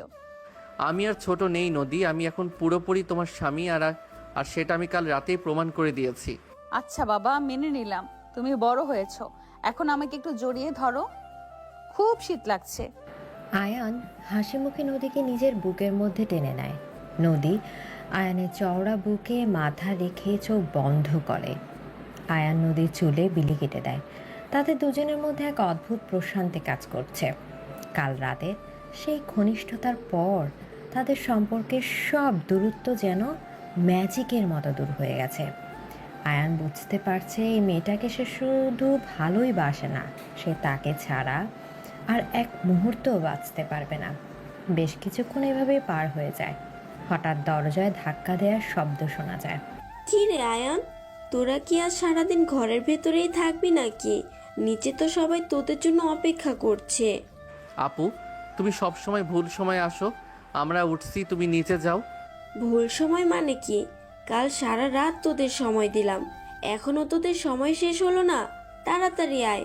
নিপা তো ঠিকই বলেছে আয়ান, আমাদের এখন ওঠা উচিত। আজ তো আমার বাবার বাড়িতে যাওয়ার কথা, মনে আছে তো? হ্যাঁ মনে আছে, তুমি তাড়াতাড়ি রেডি হয়ে নাও, আমি বাথরুমে যাচ্ছি। আয়ান আর নদী ফ্রেশ হয়ে নিচে নেমে আসে। ড্রয়িং রুমে সবাই বসে আছে। দাদু পেপার পড়ছেন, দাদি তাসবিহ পড়ছেন। আয়ানের বাবা আর মা কিচেন থেকে খাবার টেবিলে আনছেন। রানা আর শফিক কথা বলছে। রিনা আর যারা খেলছে। কবির আর রিয়াদ সোফায় বসে ফোন টিপছে। সুমি আর মিতা নদীর জন্য অপেক্ষা করছে। আয়ান আর নদীকে একসাথে সিঁড়ি দিয়ে নামতে দেখে সবাই তাদের দিকে তাকায়। এসো দাদু ভাই, এসো নদীমা, তোমাদের মুখ দেখে মনে হচ্ছে আজ সকালের রোদটা একটু বেশি মিষ্টি। নদীর মুখটা একদম চাঁদের মতো উজ্জ্বল হয়ে আছে, কারো নজর যেন না লাগে। দাদি, তোমরা সবাই মিলে আমাদের এত লজ্জা দিচ্ছ কেন? আমরা কি কোনো অপরাধ করেছি? অপরাধ করবি কেন বন্ধু? তুই তো কাল রাতে অনেক বড় যুদ্ধে জয়লাভ করছিস, সেটা তোর হাঁটার স্টাইল দেখেই বোঝা যাচ্ছে। একদম ঠিক বলেছিস কবির। আয়ন তো আজ একদম হিরো বনে গেছে। শিনুর বইয়ের সব শাসন মনে হয় ধুলোয় মিশে গেছে। তোমরা আমার স্বামীকে নিয়ে এত মজা করবে না। আয়ান আমার কথা অক্ষরে অক্ষরে পালন করে, ও একদম লক্ষ্মী ছেলে। তুই এত জলদি আয়ানের পক্ষ নেওয়া শুরু করলি। নদী কাল পর্যন্ত ওকে শুধু ধমকের উপর রাখতে। ভালোবাসার জাদু এমনই হয় সুমি, কাল রাতের পর ওদের সম্পর্কের সমীকরণ পাল্টে গেছে। তোরা সবাই চুপ করায়ন আর নদীকে বসতে দে। আজ ওরা নদীর বাবার বাড়িতে যাবে, সেখানে গিয়েও তো অনেক আনুষ্ঠানিকতা আছে। নদীমা, আমি তোমার বাবার জন্য কিছু মিষ্টি আর ফল প্যাক করে দিয়েছি, যাওয়ার সময় নিয়ে যেও। ধন্যবাদ আম্মা, আপনি এত কষ্ট করতে গেলেন কেন? আব্বা তো শুধু আমাদের দুজনকেই দেখতে চেয়েছেন। আরে এটা তো আমাদের দায়িত্ব বেআই সাহেব। আর বেআই কি ভাববেন আমরা খালি হাতে পাঠালে? আয়ান ভাই, আমি গাড়ি রেডি করে রেখেছি, আপনারা নাস্তা করে নিলেই আমরা রওনা দেব। আমি আপনার সাথে যাব। নদী ভাবির বাড়ি আমার খুব ভালো লাগে। আমিও যাব ছোট মামু, আমাকেও সাথে নিতে হবে। না যারা, তুই যাবি না, ওরা দুইজন আজ একা যাবে। নতুন বিয়ে হয়েছে, ওদের একটু প্রাইভেসি দরকার। প্রাইভেসি তো আমরা ঘরেও পাচ্ছি আপু। রিনা আর যারা গেলে কোনো সমস্যা নেই। আয়ান ঠিকই বলেছে, ওরা গেলে বরং ভালোই হবে, আমাদের একা একা বোরিং লাগবে না। সবাই মিলে নাস্তা করতে বসে। নাস্তার টেবিলে অনেক হাসাহাসি আর মজা হয়। আয়ান আজ খুব স্বতঃস্ফূর্ত। সে নদীর প্লেটে নিজের হাতে খাবার তুলে দেয়, যা দেখে সবাই অবাক হয়। নদী মুচকি হেসে আয়ানের দেয়া খাবার খায়। নাস্তা শেষে আয়ান, নদী, রিনা আর যারা গাড়িতে ওঠে। শফিক গাড়ি চালাতে শুরু করে। আয়ান আর নদী পেছনের সিটে বসেছে, যারা নদীর কোলে বসে আছে। রিনা সামনের সিটে শফিকের পাশে গাড়ি চলতে শুরু করে। নদী, তোমার বাবা মা কি আমার উপর রেগে আছেন? মানে আমি তো কিছু না করেই তোমার বড় হয়ে গেলাম। পাগল নাকি তুমি? আমার বাবা মা তোমাকে নিজের ছেলের মতো ভালোবাসেন, তারা তো খুব খুশি যে তুমি আমার জীবনে এসেছো। কিন্তু আমার কেন যেন মনে হয় সব কিছু খুব সাজানো গোছানো ছিল। কাল ফাহিম ভাই যা বলল তাতে আমার সন্দেহ আরও বেড়েছে। তুমি আবার ফাহিমের কথা নিয়ে পড়ে আছো? আয়ান, ফাহিম তো সবসময় একটু ফাজিল টাইপের, মজা হোক আর যাই হোক আমি সব সত্যি বের করেই ছাড়বো। যদি দেখি তুমি আমার সাথে কোনো গেম খেলেছো তাহলে কিন্তু খবর আছে। তুমি কি আমাকে সন্দেহ করছো আয়ান? তুমি ভাবছো আমি তারেককে সরিয়ে তোমাকে বিয়ে করার জন্য নাটক করেছি? আমি সেটা সরাসরি বলছি না, তবে আমার মন বলছে এই গল্পের পেছনে অন্য কোনো গল্প আছে। আয়ন ভাই, আপনি এসব কি বলছেন? নদী ভাবি কেন আপনার সাথে গেম খেলবে? উনি তো আপনাকে ভালোবাসেন। বড় মামি, ছোট মামুকে বকা দাও। ছোট মামু বাজে কথা বলছে। তুমি যারা আর রিনার কথা শোনো আয়ান। অযথাই এসব উল্টাপাল্টা ভেবে নিজের আর আমার মুড খারাপ করো না। আয়ান চুপ করে যায়, কিন্তু তার মনের ভেতরে সন্দেহ পুরোপুরি কাটে না। সে নদীর চোখের দিকে তাকায়। নদীর চোখ সব সময় খুব শান্ত থাকে, কিন্তু আজ নদীর চোখের ভেতরে এক অদ্ভুত অস্থিরতা। আয়ান লক্ষ্য করে সে বুঝতে পারে নদী কিছু একটা লুকানোর চেষ্টা করছে। গাড়ি নদীর বাবার গাড়ির সামনে এসে থামে। নদীর বাবা আর মা গেটেই দাঁড়িয়েছিলেন, তাদের মুখে বিশাল হাসি। গাড়ি থেকে নামতে নদীর মা নদীকে জড়িয়ে ধরেন। আয়ান বাবা, এসো, ভিতরে এসো। তোমাদের জন্য আমি এতক্ষণ ধরে পচিয়ে বসে আছি। আয়ান, তুমি আজ আমাদের বাড়িতে প্রথমবার জামাই হয়ে এলে। আজ যে আমার কত আনন্দ হচ্ছে তা ভাষায় প্রকাশ করতে পারবো না। আব্বা, আপনি আমাকে এত সম্মান দেবেন না। আমি তো আপনাদের সেই পুরনো আয়ান যে ছোটবেলায় আপনাদের জানালার কাজ ভেঙেছিল। হ্যাঁ হ্যাঁ হ্যাঁ, সেই কাঁচা ভাঙ্গা ছেলেটা আজ তোমার মেয়ের মন চুরি করে নিয়েছে। এসো ভেতরে এসো। গাড়ি নতুন জামাই আর সিনিয়র বউ এসে গেছে। বাড়ির সবাই লাইন ধরে দাঁড়াও, লাল গালিচা বিছিয়ে দাও। ফাহিম ভাই, তুমি চুপ করবে নাকি তোমার ওই মুখটা আমি সেলাই করে দেব? সত্যি কথা বলতে গেলেই মুখ সেলাই করে দিতে চাস তোরা? আজ আমি আইনকে সব বলেই দেব। কি বলবেন ফাহিম ভাই? আপনি কি এমন সত্যি জানেন না যে নদী আমাকে জানাতে চাইছে না? আয়ান, তুমি ওর কথায় কান দিও না। ও তোমাকে বোকা বানাচ্ছে। চলো আমরা ভেতরে যাই। নদী আয়নের হাত ধরে শক্ত করে টেনে ভেতরে নিয়ে যায়। ফাহিম পেছনে দাঁড়িয়ে হো হো করে হাসতে থাকে। আয়নের মনে সন্দেহ আরও তীব্র হয়। ড্রয়িং রুমে বসে সবাই মিলে আড্ডা দিতে শুরু করে। নদীর মা অনেক পদের খাবার রান্না করছেন। কাজী সাহেবও একটু পরে সেখানে আসেন, কারণ নদীর আগের বিয়ের সময় কিছু আইনি জটিলতা তৈরি হয়েছিল যা তিনি আজ সমাধান করে দিবেন। আয়ান বাবা, তোমরা ভালো আছো তো? ওই দিনের পরিস্থিতি খুব খারাপ ছিল, কিন্তু আল্লাহ যা করেন ভালোর জন্যই করেন। জি কাজী সাহেব, আপনি ঠিকই বলেছেন। আমি তো স্বপ্নেও ভাবিনি নদী আপু আমার স্ত্রী হবে। আবার তুমি আপু বললে? তোমাকে আমি কতবার নিষেধ করেছি সবার সামনে আমাকে আপু ডাকবে না। আয়ন বাবা, তুমি নদীকে নাম ধরে ডাকো। ও এখন তোমার স্ত্রী, অধিকার নিয়ে ওকে ডাকবে। আয়ান, তোমার বন্ধুর কি খবর? কবির আর রিয়া তো সেদিন খুব নাচানাচি করছিল। ওরা ভালো আছে আব্বা। ওরা তো আমাকে সারাক্ষণ পচানোর জন্য লেগেই থাকে। শুধু পছন্দের জন্য না, ওরা তো তোর ভালোই চায়। রায়ান তোকে এমন একটা যত্ন ধরিয়ে দিয়েছে যে তুই সারা জীবন বসে খাবি। ফাহিম ভাই, তুমি আজ আমার হাতে মার খাবে। তুমি ইচ্ছে করে আয়ানকে এসব বলছো যাতে ও আমার সাথে ঝগড়া করে। সবাই মিলে গল্প করতে করতে দুপুরের খাওয়ার সময় হয়ে যায়। বিশাল ডাইনিং টেবিলে রাজকীয় আয়োজন করা হয়েছে। নদীর মা আয়নকে নিজের হাতে খাইয়ে দেন। নদীর বাবা আয়নের মাথায় হাত বুলিয়ে দোয়া করেন। খাওয়া দাওয়া শেষে আয়ান আর নদীর পুরনো ঘরে যায়। ঘরটা খুব সুন্দর করে সাজানো। নদীর ছোটবেলার অনেক ছবি দেয়ালে টানানো আছে। আয়ান ঘুরে ঘুরে ছবিগুলো দেখতে থাকে। নদী বিছানায় বসে আয়ানকে দেখে। তোমার ঘরটা একদম আগের মতোই আছে, শুধু তুমি বদলে গেছো নদী। আমি বদলাইনি আয়ান, আমি সেই একই নদীই আছি, শুধু তোমার দেখার চোখ বদলে গেছে। এই ছবিটাই তুমি কত ছোট, তখন তো আমি জন্মাইনি। মনে হয় তুমি আমার চেয়ে ঠিক কত বড় নদী। বয়স নিয়ে কোনো কথা বলবে না আয়ান। ভালোবাসা কখনো বয়স দেখে না, মনের মিলটাই আসল।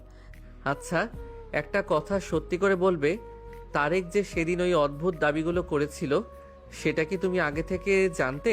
তুমি আবার শুরু করলে আয়ান। আমি তোমাকে কতবার বলবো আমি এসব কিছু জানতাম না। কিন্তু ফাহিম ভাই যে বলল সব নাকি তোর প্ল্যান, আমি এটা কিছুতেই মাথা থেকে বের করতে পারছি না। আয়ান কথা বলতে বলতে নদীর পড়ার টেবিলের কাছে যায়। সেখানে অনেক পুরনো বই আর খাতা রাখা। আয়নের চোখ পড়ে একটা নীল রঙের ডায়েরির ওপর। ডায়েরিটা ওপর লেখা আমার গোপন পৃথিবী। আয়ান কৌতূহল নিয়ে ডায়েরিটা হাতে নেয়। নদী সেটা খেয়াল করেনি, সে তখন জানালার বাইরে তাকিয়েছিল। আয়ান ডায়েরির একটা পাতা খোলে, সেখানে খুব সুন্দর হাতের লেখায় কিছু কথা লেখা। আয়ান পড়তে শুরু করে। আয়ান আজ আবার আমাকে দেখে পালিয়ে গেল। ছেলেটা এত বোকা কেন? ও কি বোঝে না আমি ওকে কত ভালোবাসি? বয়সের এই দেয়ালটা আমি কিভাবে ভাঙবো? আমি ফাহিম ভাইয়ের সাথে কথা বলেছি, কিছু একটা করতেই হবে, না হলে আমি আয়ানকে চিরতরে হারিয়ে ফেলবো। আয়ান লেখাটা পড়ার পর তার পায়ের তলার মাটি যেন সরে যায়, তার বুকটা ধক করে ওঠে। সে অবিশ্বাসের দৃষ্টিতে নদীর দিকে তাকায়। নদী তখন ঘুরে দাঁড়ায় এবং আয়নের হাতে নিজের সেই পার্সোনাল ডায়েরিটা দেখে সে ছুটে এসে আয়নের হাত থেকে ডায়েরিটা ছিনিয়ে নেয়। নদীর মুখটা ফ্যাকাশে হয়ে যায়, তার হাত কাঁপতে থাকে। সে বুঝতে পারে তার সবচেয়ে বড় গোপন সত্যিটা আজ আয়ানের সামনে চলে আসছে। নদী, এর মানে কি? তুমি আমাকে ভালোবাসতে আর ফাহিম ভাই তোমার এই ভালোবাসার কথা জানতো? আয়ান, তুমি যা পড়ছো তা সব সত্যি নয়। মানে ওটা অনেক পুরনো কথা, তখন আমি হয়তো একটু ইমোশনাল ছিলাম। তুমি আমার সাথে মিথ্যা বলছো নদী। তুমি তারেককে ব্যবহার করে এই বিয়ের নাটক সাজিয়েছো যাতে তুমি আমাকে পাও। না আয়ান, বিশ্বাস করো, তারেকের বিষয়টা একদম আলাদা ছিল। ও হঠাৎ করেই হয়ে গেছিল। ডায়েরিতে তো পরিষ্কার লেখা তুমি ফাহিম ভাইয়ের সাথে মিলে কোনো একটা প্ল্যান করছিলে। আমাকে এটা এক্সপ্লেইন করো।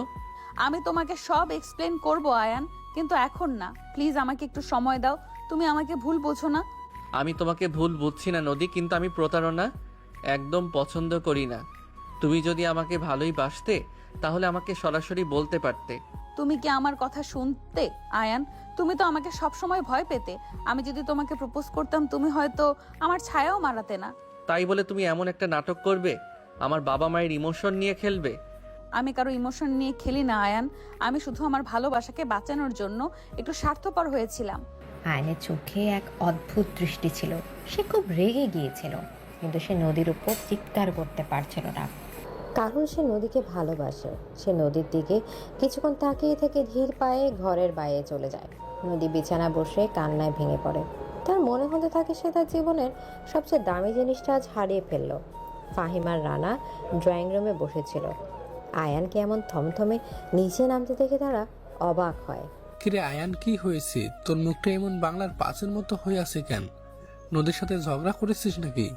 আপনি আমাকে আর বোকা বানানোর চেষ্টা করবেন না ফাহিম ভাই, আমি সব জেনে গেছি। তুই কি জেনেছিস আয়ান? আমাদের খুলে বল, আমরা তোর ভাইয়া, তুই আমাদের সাথে শেয়ার করতে পারিস। আপনারা সবাই মিলে আমার সাথে গেম খেলেছেন। নদীর ওই নীল ডায়েরিতে সব লেখা আছে। আপনারা তারেককে দিয়ে নাটক করিয়েছেন যাতে আমার সাথে নদীর বিয়ে হয়। আয়ানের এই কথা শুনে ফাহিম আর রানা দুজনেই স্তব্ধ হয়ে যায়। তারা একে অপরের দিকে তাকায়। তারা বুঝতে পারে পরিস্থিতি এখন হাতের বাইরে চলে গেছে। নদীর বাবা মা তখন সেখানে ছিলেন না, তারা অন্য ঘরে বিশ্রাম নিচ্ছিলেন। রানা আয়ানকে শান্ত করার চেষ্টা করে। আয়ান, তুই শান্ত হ। সব কিছু তোর কাছে যেমন মনে হচ্ছে তেমনটাই নয়। নদী তোকে অনেক ভালোবাসে, এটা তো সত্যি। ভালোবাসার নামে এই ছলনা আমি কিভাবে মেনে নেব রানা ভাই? আমার তো মনে হচ্ছে আমি একটা ট্র্যাপের মধ্যে পড়ে গেছি। আয়ান, তুই নদীকে ভুল বুঝিস না। মেয়েটা তোর জন্য পাগল ছিল, ও শুধু তোকে পাওয়ার জন্য এই রাস্তাটা বেছে নিয়েছে। আমি এসব কিছু শুনতে চাই না। আমি এখন বাড়ি ফিরে যাব। শফিককে গাড়ি বের করতে বলুন।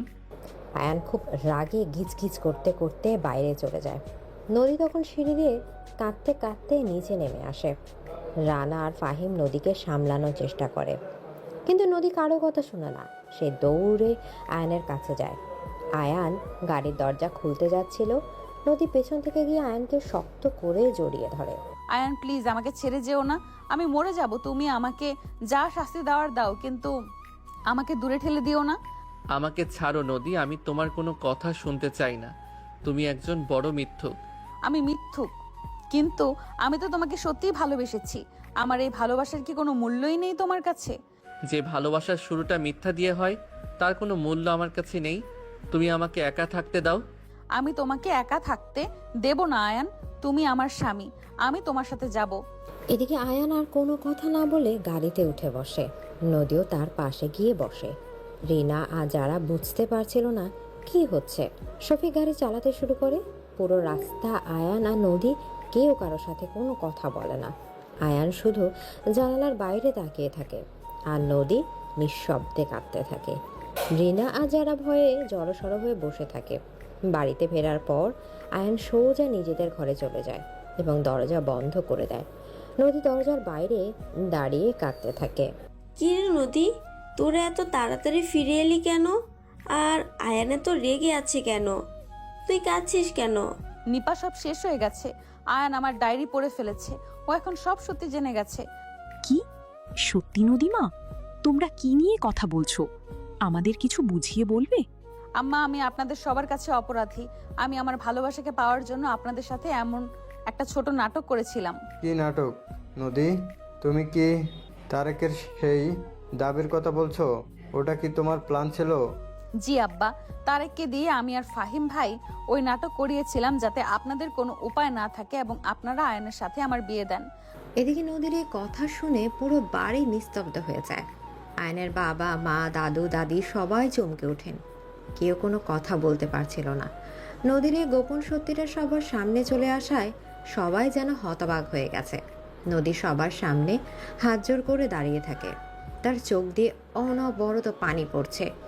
সে জানে সে খুব বড় একটা ভুল করেছে, কিন্তু সে জানে সে আয়ানকে ছাড়া বাঁচবে না।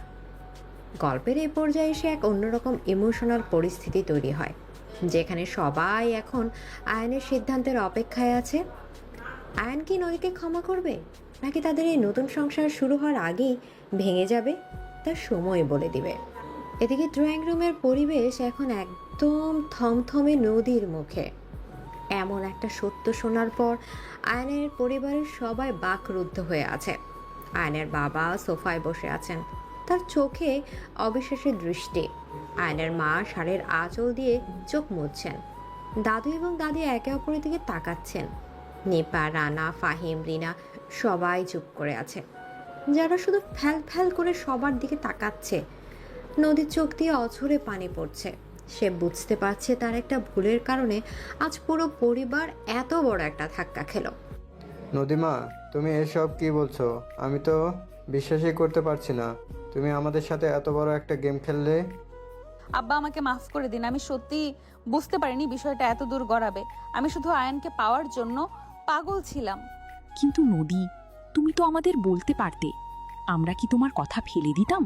তুমি তো আমার নিজের মেয়ের মতোই ছিলে।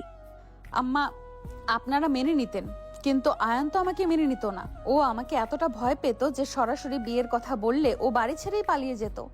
নদীমা, ভালোবাসা কোনো অপরাধ নয়। তুমি আয়ানকে ভালোবেসেছো, সেটা অনেক বড় কথা, কিন্তু শুরুটা এমন মিথ্যা দিয়ে করা ঠিক হয়নি। হ্যাঁ দাদু ভাই, ঠিক বলেছ। তবে এখন আর এইসব নিয়ে ভেবে লাভ নেই। কাজী সাহেবকে দিয়ে যে বিয়েটা পড়ানো হয়েছে সেটা তো আল্লাহর ইচ্ছাতেই হয়েছে। কিন্তু দাদি, আয়ান তো এটা কিছুতেই মেনে নিতে পারছে না। ও তো নিজেকে প্রতারিত মনে করছে। ওর রাগ ভাঙানো এখন সবচেয়ে বড় কঠিন কাজ। আমি আর ফাহিম চেষ্টা করছিলাম, কিন্তু আয়ান তো আমাদের উপরেই রেগে আছে। ও ভাবছে আমরা সবাই মিলে ওকে ট্র্যাপে ফেলছি। আঙ্কেল, আমি আপনাদের কাছে হাত জোর করে ক্ষমা চাচ্ছি। নদীর ভালোবাসার কষ্ট দেখে আমি আর নিজেকে ধরে রাখতে পারিনি, তাই ওকে সাহায্য করেছিলাম। কিন্তু ফাহিম ভাই, তারেককে দিয়ে ওইভাবে অপমান করানোটা একদম ঠিক হয়নি। আব্বা তো সেদিন আক্ষরিক অর্থেই ভেঙে পড়েছিলেন। হ্যাঁ আয়ন ভাই, তো সেই অপমানের কথা ভেবেই বেশি কষ্ট পাচ্ছে ও। তো জানে ওর বাবা সেদিন কত অসহায় হয়ে গিয়েছিলেন। এমন সময় নদীর বাবা এবং মা হন্তদন্ত হয়ে ঘরে ঢোকেন। ফাহিম তাদের আগেই ফোন করে সব জানিয়েছিল। নদীর বাবা ভেতরে ঢুকেই নদীর সামনে গিয়ে দাঁড়ান এবং রাগে কাঁপতে থাকেন। নদীর মাও খুব হতাশা দৃষ্টিতে নদীর দিকে তাকান। নদী, তুই এই কাজটা করতে পারলি? তোর জন্য আজ আমাদের বিয়ে সাহেবের কাছে মাথা নিচু হয়ে গেল। তুই আমাদের সম্মান ধুলোয় মিশিয়ে দিলি। আমি তো ভাবতেই পারছি না তুই এমন একটা চক্রান্ত করতে পারিস। তোর মতো শিক্ষিত মেয়ে কাছে থেকে আমি এটা আশা করিনি। আব্বা, আপনারা আমাকে যা শাস্তি দেওয়ার দিন, কিন্তু আমাকে আয়ানের কাছ থেকে আলাদা করবেন না। আমি আয়ানকে ছাড়া বাঁচবো না। বিয়ে সাহেব, আপনারা শান্ত হন। নদীকে আর বকাবকি করবেন না। মেয়েটা ভালোবাসার জন্য ভুল করেছে ঠিকই, কিন্তু ওর ভালোবাসা তো খাঁটি। আপনি এত বড় মনের মানুষ বলেই তো মেয়েটা এত সাহস পেয়েছে, কিন্তু আয়ান তো ওর সাথে কথা বলছে না, এখন কি হবে? ঠিক তখন কবির, রিয়াদ, সুমি এবং মিতা বাড়িতে আসে। তারা ফাহিমের কাছ থেকে সব খবর পেয়েই ছুটে এসেছে। বন্ধুদের এই বিপদের সময় তারা পাশে না থেকে পারল না। কবির আর রিয়াদ সোজা ফাহিমের কাছে যায়। সুমি আর মিতা নদীর পাশে গিয়ে দাঁড়ায়। ফাহিম ভাই, আপনি কাজটা একদম ভালো করেননি। আমাদের অত্যন্ত বলতে পারতেন, আমরা আয়ানকে বুঝিয়ে রাজি করানোর চেষ্টা করতাম। হ্যাঁ, এত বড় একটা নাটক করার কোনো দরকার ছিল না। এখন আয়ন তো জিদ ধরে বসে আছে, ওর রাগ ভাঙানো তো ইম্পসিবল। নদী, তুই এত বোকা কেন হলি? ডায়েরিটা তো লুকিয়ে রাখতে পারতি। এখন সবকিছু জানাজানি হয়ে কি লাভটা হলো? আয়ান তোকে এত ভালোবাসতে শুরু করেছিল, আর তুই নিজেই নিজের পায়ে কুড়াল মারলি। এখন বসে বসে কাঁদ। আমি জানি আমি ভুল করেছি, তোরা এখন আমাকে বকা দিস না। তোরা বরং আয়ানকে একটু বুঝিয়ে বল, ও যেন আমাকে ক্ষমা করে দেয়। চল রিয়াদ, আমরা আয়ানের কাছে যাই, দেখি গাধাটা কিছু বোঝানো যায় কিনা। ও তো আবার ইমোশনাল বেশি।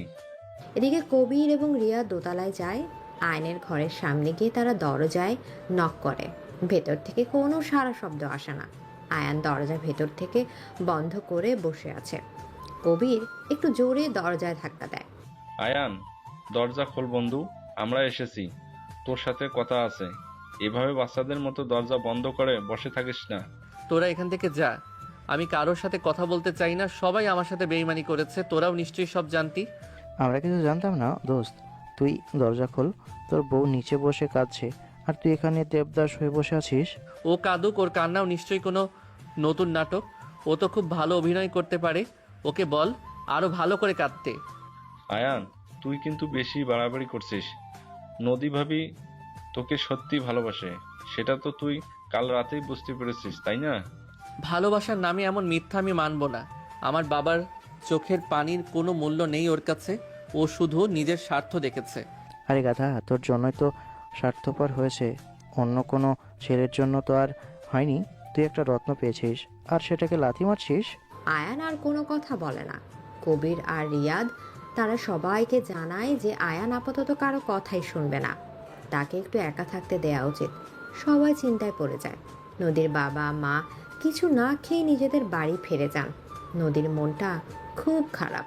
সে ড্রয়িং রুমের এক কোণায় চুপ করে বসে থাকে। আয়নের মা এসে নদীর মাথায় হাত বুলিয়ে দেন। তুই কাঁদিস না মা, আয়ান একটু জিদি ঠিকই, কিন্তু ওর মনটা অনেক নরম। ও ঠিকই তোকে ক্ষমা করে দেবে, তুই একটু ধৈর্য ধর। আমি ধৈর্য ধরবো আম্মা, কিন্তু ও যদি আমাকে আর কখনো মেনে না নেয়, আমি তাহলে কোথায় যাব? আমার তো সব শেষ হয়ে যাবে। বড় মামি, তুমি মন খারাপ করো না। ছোট মামু তোমাকে খুব ভালোবাসে, ও একটু পরেই তোমার কাছে চলে আসবে। যারা ঠিকই বলেছে। নদী, তুই আয়ানের খাবারটা নিয়ে ওর ঘরে যা তো। দুপুর থেকে কিছুই খায়নি, তুই নিজে গিয়ে ওকে খাওয়া। হ্যাঁ নদী, তুই নিজে যা, আমরা কেউ গেলে ও আরো এগিয়ে যাবে।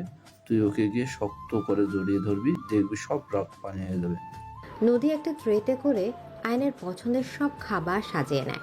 সে ধীর পায়ে সিঁড়ি দিয়ে উপরে ওঠে। তার বুকের ভেতরটা ধুকভুক করছে। সে জানে না আয়ান তাকে দেখে কি প্রতিক্রিয়া দেখাবে। ঘরের সামনে গিয়ে নদী খুব আস্তে করে দরজায় নক করে। আয়ান, দরজাটা খোলো, আমি তোমার খাবার এনেছি। তুমি দুপুর থেকে কিচ্ছু খাওনি, তোমার তো গ্যাস্ট্রিকের সমস্যা আছে। আমার গ্যাস্ট্রিক হোক আর যাই হোক, তোমার তাতে কি? তুমি খাবার নিয়ে নিচে যাও, আমি খাবো না। আমি যাব না আয়ান, তুমি যতক্ষণ দরজা না খুলবে আমি এখানেই দাঁড়িয়ে থাকবো। আমি সারা রাত এই দরজার সামনেই দাঁড়িয়ে থাকবো। তুমি আমাকে ব্ল্যাকমেইল করার চেষ্টা করো না নদী, আমি তোমার কোনো কথা শুনবো না। তুমি চলে যাও এখান থেকে। আমি যাব না বলেছি তো। তুমি দরজা খুলো, নইলে আমি এই খাবার সব নিচে ফেলে দিব, আর নিজেও কিছু খাবো না। আয়ান জানে নদী যেটা বলে সেটা সে করেই ছাড়ে। সে বেশ কিছুক্ষণ চুপ করে থাকে, তারপর বিরক্ত নিয়ে এসে দরজা খুলে দেয়। আয়ানের চোখ মুখ লাল হয়ে আছে। সে স্পষ্টতই অনেক কেঁদেছে। নদী আয়ানকে এভাবে দেখে আর নিজেকে সামলাতে পারে না। সে হাতের ট্রেটা টেবিলে রেখে ছুটে গিয়ে আয়ানকে শক্ত করে জড়িয়ে ধরে। আয়ান প্রথম দিকে একটু বাধা দেওয়ার চেষ্টা করলেও নদীর উষ্ণতায় সে দুর্বল হয়ে পড়ে। আমাকে ক্ষমা করে দাও আয়ান, আমি আর কখনো তোমার সাথে কোনো মিথ্যা বলবো না। তুমি আমাকে যা খুশি শাস্তি দাও, কিন্তু আমাকে দূরে সরিয়ে দিও না। তুমি আমাকে খুব কষ্ট দিয়েছো নদী। আমি তোমাকে বিশ্বাস করতে শুরু করেছিলাম, আর তুমি আমার সেই বিশ্বাসটা ভেঙে দিলে। আমি বিশ্বাস ভাঙিনি আয়ান, আমি শুধু আমার ভালোবাসাকে আগলে রাখতে চেয়েছিলাম। তুমি কি জানো, তোমাকে অন্য কারো হয়ে যেতে দেখলে আমার কি অবস্থা হতো? তাই বলে তুমি আমার পরিবারকে এত বড় একটা বিপদে ফেলবে, আমার বাবার সম্মান নিয়ে খেলবে? তুমি তো ফাহিম ভাইকে দিয়ে তারেককে টাকা দিয়ে সব করিয়েছো। তারেক তো এমনিতেই লোভী ছিল, আমি শুধু ওর লোভকে কাজে লাগিয়েছি। আমি জানি আমি ভুল করেছি, কিন্তু সব তো শুধু তোমাকে পাওয়ার জন্য আয়ান। তুমি আমাকে পাওয়ার জন্য এতটা পাগল ছিলে সেটা তো আমাকে একবার বলতে পারতে। আমি কি এতই পাষাণ ছিলাম যে তোমার কথা শুনতাম না? তুমি শুনতে না আয়ান, তুমি সব সময় আমাকে সিনিয়র বলে দূরে সরিয়ে রাখতে। আমি বাধ্য হয়েছিলাম এই পথ বেছে নিতে। আমাকে একটা বার সুযোগ দাও আয়ান। নদীর কান্নায় আয়ানের শার্ট ভিজে যায়। নদীর এই আকুল আবেদন আয়ানের ভেতরে সব অভিমান গলিয়ে দেয়। সে বুঝতে পারে নদীর ভালোবাসা সত্যিই খুব গভীর। আয়ান তার 2 হাত দিয়ে নদীর মুখটা তুলে ধরে। নদীর চোখের পানিতে আয়ানের বুকটা ব্যথায় ভরে যায়। সে নদীর চোখের পানি মুছে দেয়। তুমি সত্যি একটা পাগল মেয়ে নদী। এতটা ভালোবাসতে কে বলেছিল তোমাকে, আমার মতো একটা সাধারণ ছেলেকে? তুমি সাধারণ নও আয়ান, তুমি আমার পুরো পৃথিবী। আমি তোমাকে ছাড়া একটা দিনও কল্পনা করতে পারি না। আজ থেকে আর কোনো মিথ্যা নয় নদী, আমাদের সম্পর্কে কোনো লুকোচুরি থাকবে না। তুমি কথা দাও আমাকে। আমি কথা দিচ্ছি আয়ান, আমার জীবনের শেষ নিঃশ্বাস পর্যন্ত আমি তোমার কাছে সৎ থাকবো। আমি তোমাকে অনেক অনেক ভালোবাসি। আমিও তোমাকে ভালোবাসি নদী। বউ, আমি শুধু তোমার উপর রাগ দেখিয়েছিলাম কারণ আমি তোমাকে অনেক বেশি নিজের করে ভাবতে শুরু করেছি। আয়নের মুখে এই কথা শোনার পর নদীর মুখে এক অদ্ভুত প্রশান্তির হাসি ফুটে ওঠে। সে আয়নের বুকে মুখ গুজে দেয়। আয়ান নদীকে কোলে তুলে নেয় এবং বিছানায় গিয়ে বসায়। সে নদীর কপালে একটা দীর্ঘ চুমু দেয়। নদীর শরীর আনন্দে কেঁপে ওঠে। আয়ান নিজের হাতে নদীকে খাবার খাইয়ে দেয়। নদীও আয়ানকে খাইয়ে দেয়। দীর্ঘ অভিমানের পর তাদের এই মিলন রাতের পরিবেশকে অনেক বেশি রোমান্টিক করে তোলে। রাত গভীর হতে থাকে। বাইরের পৃথিবী নিস্তব্ধ হয়ে আসে। ঘরের ভেতরে মৃদু আলোয় দুজনের ছায়া এক হয়ে যায়। আয়ান, আজ তুমি আমাকে যে শাস্তি দিতে চাও দিতে পারো। আমি তোমার সব অধিকার মাথা পেতে নেব। শাস্তি তো আমি দেবই। তুমি এত বড় একটা অপরাধ করেছো, তার শাস্তি তো তোমাকে পেতেই হবে। তবে এই শাস্তি শুধু আমার আর তোমার মাঝে থাকবে। আমি সব শাস্তির জন্য প্রস্তুত আয়ান। তুমি শুধু আমাকে আগের মতো করে আদর করো, আমাকে তোমার খুব কাছে নিয়ে যাও। আজ তুমি আর সিনিয়র বউ নও নদী। আজ তুমি শুধু আমার, আর আমি যা বলবো তোমাকে তাই শুনতে হবে। তুমি রাজি তো? আমি তো সারা জীবন তোমার কথা শোনার জন্যই বসে আছি আয়ান। তুমি আমাকে যেইভাবে খুশি সেইভাবে নিজের করে নাও। আয়ান নদীর শাড়ির আঁচল সরিয়ে দেয়। নদীর ফর্সা কাঁধে আয়ানের উষ্ণ ঠোঁটের স্পর্শ নদীর শরীরে বিদ্যুতের মতো কাজ করে। নদী চোখ বন্ধ করে ফেলে।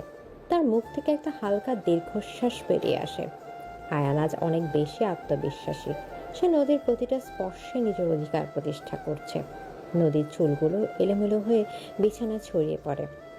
আয়ান নদীর ঘাড় এবং গলায় তার ভালোবাসার চিহ্ন এঁকে দেয়। নদীর 2 হাত আয়নের পিঠ শক্ত করে খামচে ধরে।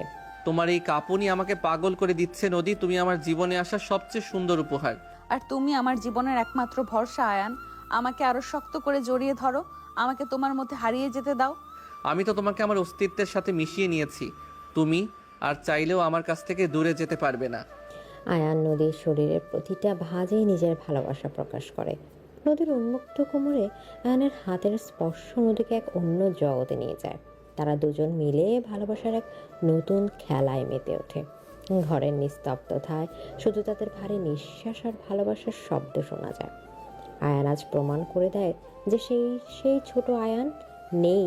সে এখন একজন পরিপূর্ণ পুরুষ, যে তার স্ত্রীর মন শরীর দুটোই খুব ভালোভাবে সামলাতে পারে। নদী ব্যথা এবং সুখে আয়নের বুকে মাথা রাখে। সে জানে সুখের কোনো শেষ নেই। আয়নের প্রতিটা চুমু এবং স্পর্শে নদীর ভেতরের সব অপরাধ বোধ মুছে যায়। সে নিজেকে আয়নের কাছে সম্পূর্ণভাবে সঁপে দেয়। রাত যত বাড়তে থাকে তাদের রোমান্স তত গভীর হতে থাকে। ভালোবাসার এক চরম মুহূর্তে তারা দুজনেই একে অপরের মাঝে নিজেদের খুঁজে পায়। এভাবে এক দীর্ঘ অভিমান আর কষ্টের পর তাদের রাতটা এক মধুর এবং আবেগপূর্ণ মিলনের মধ্য দিয়ে অতিবাহিত হয়, যা তাদের সম্পর্ককে এক নতুন উচ্চতায় নিয়ে যায়। নদী বউ এবার চোখ খোলো, সকাল হয়ে গেছে, আর কতক্ষণ ঘুমাবে? আমাকে আর একটু ঘুমাতে দাও আয়ান। কাল রাতে তুমি আমার উপর যে অত্যাচার করেছো তাতে আমার সারা শরীর এখনো ব্যথা করছে। আমি আবার কবে অত্যাচার করলাম? আমি তো শুধু আমার বউকে একটু বেশি ভালোবেসেছি। তুমি তো আমাকে অধিকার দিয়েছিলে। তাই বলে তুমি এমন বন্য হয়ে যাবে? আমি তো ভাবতেই পারিনি আমার সেই ছোট্ট ভীতু আয়ান যে এতটা রোমান্টিক হতে পারে, সেটা আমার ধারণারও বাইরে ছিল। আমি তো তোমাকে আগেই বলেছিলাম আমি আর ছোট নেই। তুমি শুধু শুধু আমাকে সিনিয়র বউয়ের শাসন দেখাতে চাইতে। শাসন তো আমি এখনো করব আয়ান। আমি তোমার বউ হলেও তোমার থেকে বয়সে বড়, সেটা ভুলে যেও না। বয়স দিয়ে ভালোবাসা মাপা যায় না নদী। আমি তোমাকে এতটাই ভালোবাসি যে তোমার সব শাসন আমি মাথা পেতে নিতে রাজি আছি। তুমি এত সুন্দর করে কথা বলতে কবে থেকে শিখলে আয়ান? তোমার কথাগুলো শুনলে আমার বুকের ভেতরটা কেমন যেন করে ওঠে। ভালোবাসার মানুষের সাথে থাকলে এমনিতেই সুন্দর কথা মুখ দিয়ে বেরিয়ে আসে। এখন তাড়াতাড়ি উঠে ফ্রেশ হয়ে নাও, নিচে সবাই আমাদের জন্য অপেক্ষা করছে।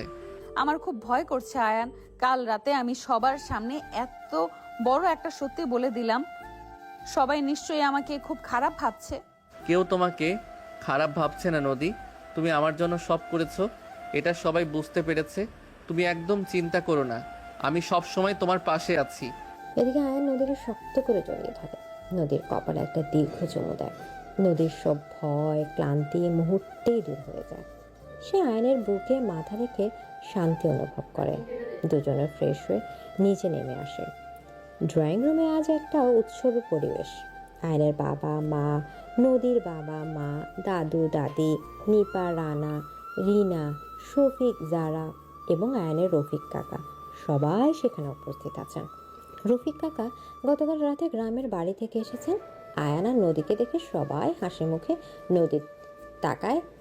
নদী লজ্জায় মাথা নিচু করে রাখে। আয়ান, তুই তো আমাদের বংশের মুখ উজ্জ্বল করেছিস বাবা। তোর মতো চুপচাপ ছেলে যে এত সুন্দর আর বুদ্ধিমতী একটা বউ জুটবে তা আমরা কেউ ভাবিনি। রফিক কাকা, আপনিও আমাকে নিয়ে মজা করছেন? আমি কি সত্যি এতটা বোকা ছিলাম যে নদী আমাকে বিয়ে করে আপনারা এত অবাক হচ্ছেন? রফিক কাকা একদম ঠিক কথা বলেছেন আয়ন ভাই। নদী ভাবির মতো একজন মানুষকে জীবনসঙ্গী হিসেবে পাওয়া সত্যিই অনেক ভাগ্যের ব্যাপার। নদী ভাবি, আজ থেকে আপনি আমার বেস্ট ফ্রেন্ড। আমি আপনার কাছ থেকে শিখবো কিভাবে নিজের ভালোবাসার মানুষকে আদায় করে নিতে হয়।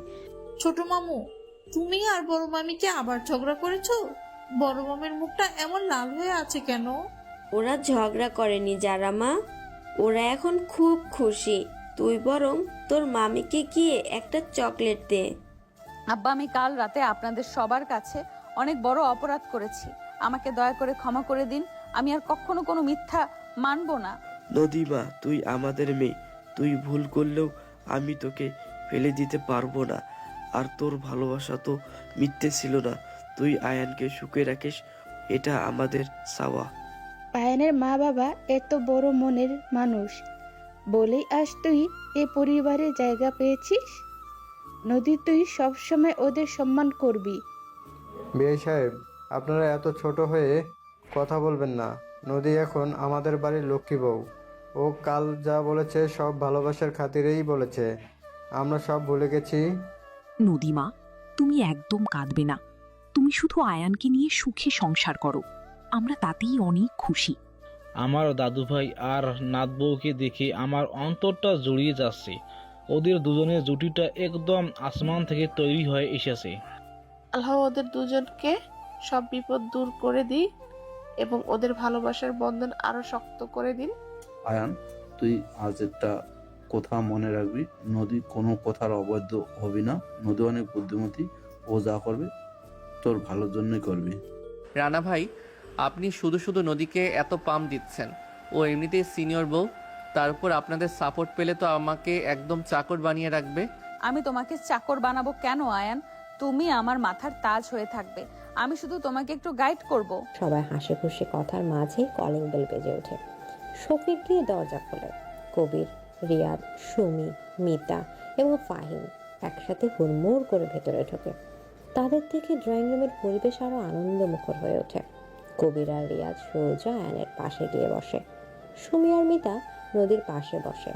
ফাহিম একটু দূরে দাঁড়িয়ে মুচকে হাসে। কিরে আয়ান, কাল রাতের মান অভিমান পর্ব কি শেষ হলো নাকি? এখনো দেবদাস হয়ে আছিস?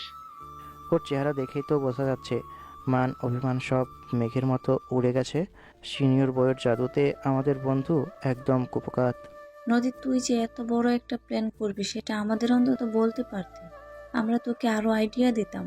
তোরা দুজনে মিলে আমাদের সবাইকে এত টেনশনে রেখেছিলি কাল রাতে, আমরা তো ভয়েই ছিলাম যে আয়ান না জানি কি করে বসে। আমি তো আগেই জানতাম আয়ান নদীকে ছেড়ে কোথাও যাবে না, কারণ আয়ান নদীকে নদীর চেয়েও বেশি ভালোবাসে। ফাহিম ভাই, আপনি আর বেশি কথা বলবেন না। আপনি তো নদীর প্ল্যানের সবচেয়ে বড় মাস্টার মাইন্ড ছিলেন। আপনাদের দুই ভাই বোনের জন্য আমার এত বড় একটা পরীক্ষা দিতে হলো। আয়ান, তুমি আবার রেগে যাচ্ছ? তুমি না কথা দিয়েছিলে আর রাগ করবে না? ফাহিম ভাই তো শুধু আমার কষ্ট দেখে আমাকে সাহায্য করেছিল। সবাই যখন খুব আনন্দে আড্ডা দিচ্ছিল ঠিক তখন আবার কলিং বেল বাজে। এবার দরজা খুলতেই সবাই চমকে ওঠে। তারেক দরজার বাইরে দাঁড়িয়ে আছে। তারেককে দেখে নদীর বাবা এবং আয়নের বাবা বসা থেকে দাঁড়িয়ে যান।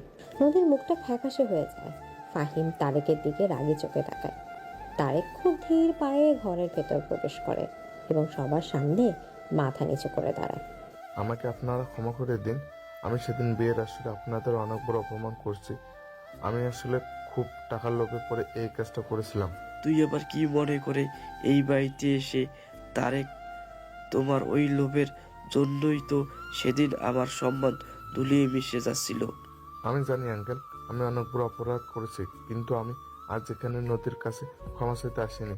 আমি আয়ান ভাইয়ের কাছে আমার পাওনা টাকা নিতে এসেছি। পাওনা মানে কি তারেক?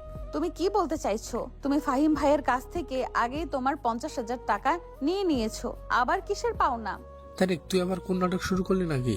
তোকে তো আমি সব টাকা মিটিয়ে দিয়েছিলাম, তুই এখান থেকে চলে যা।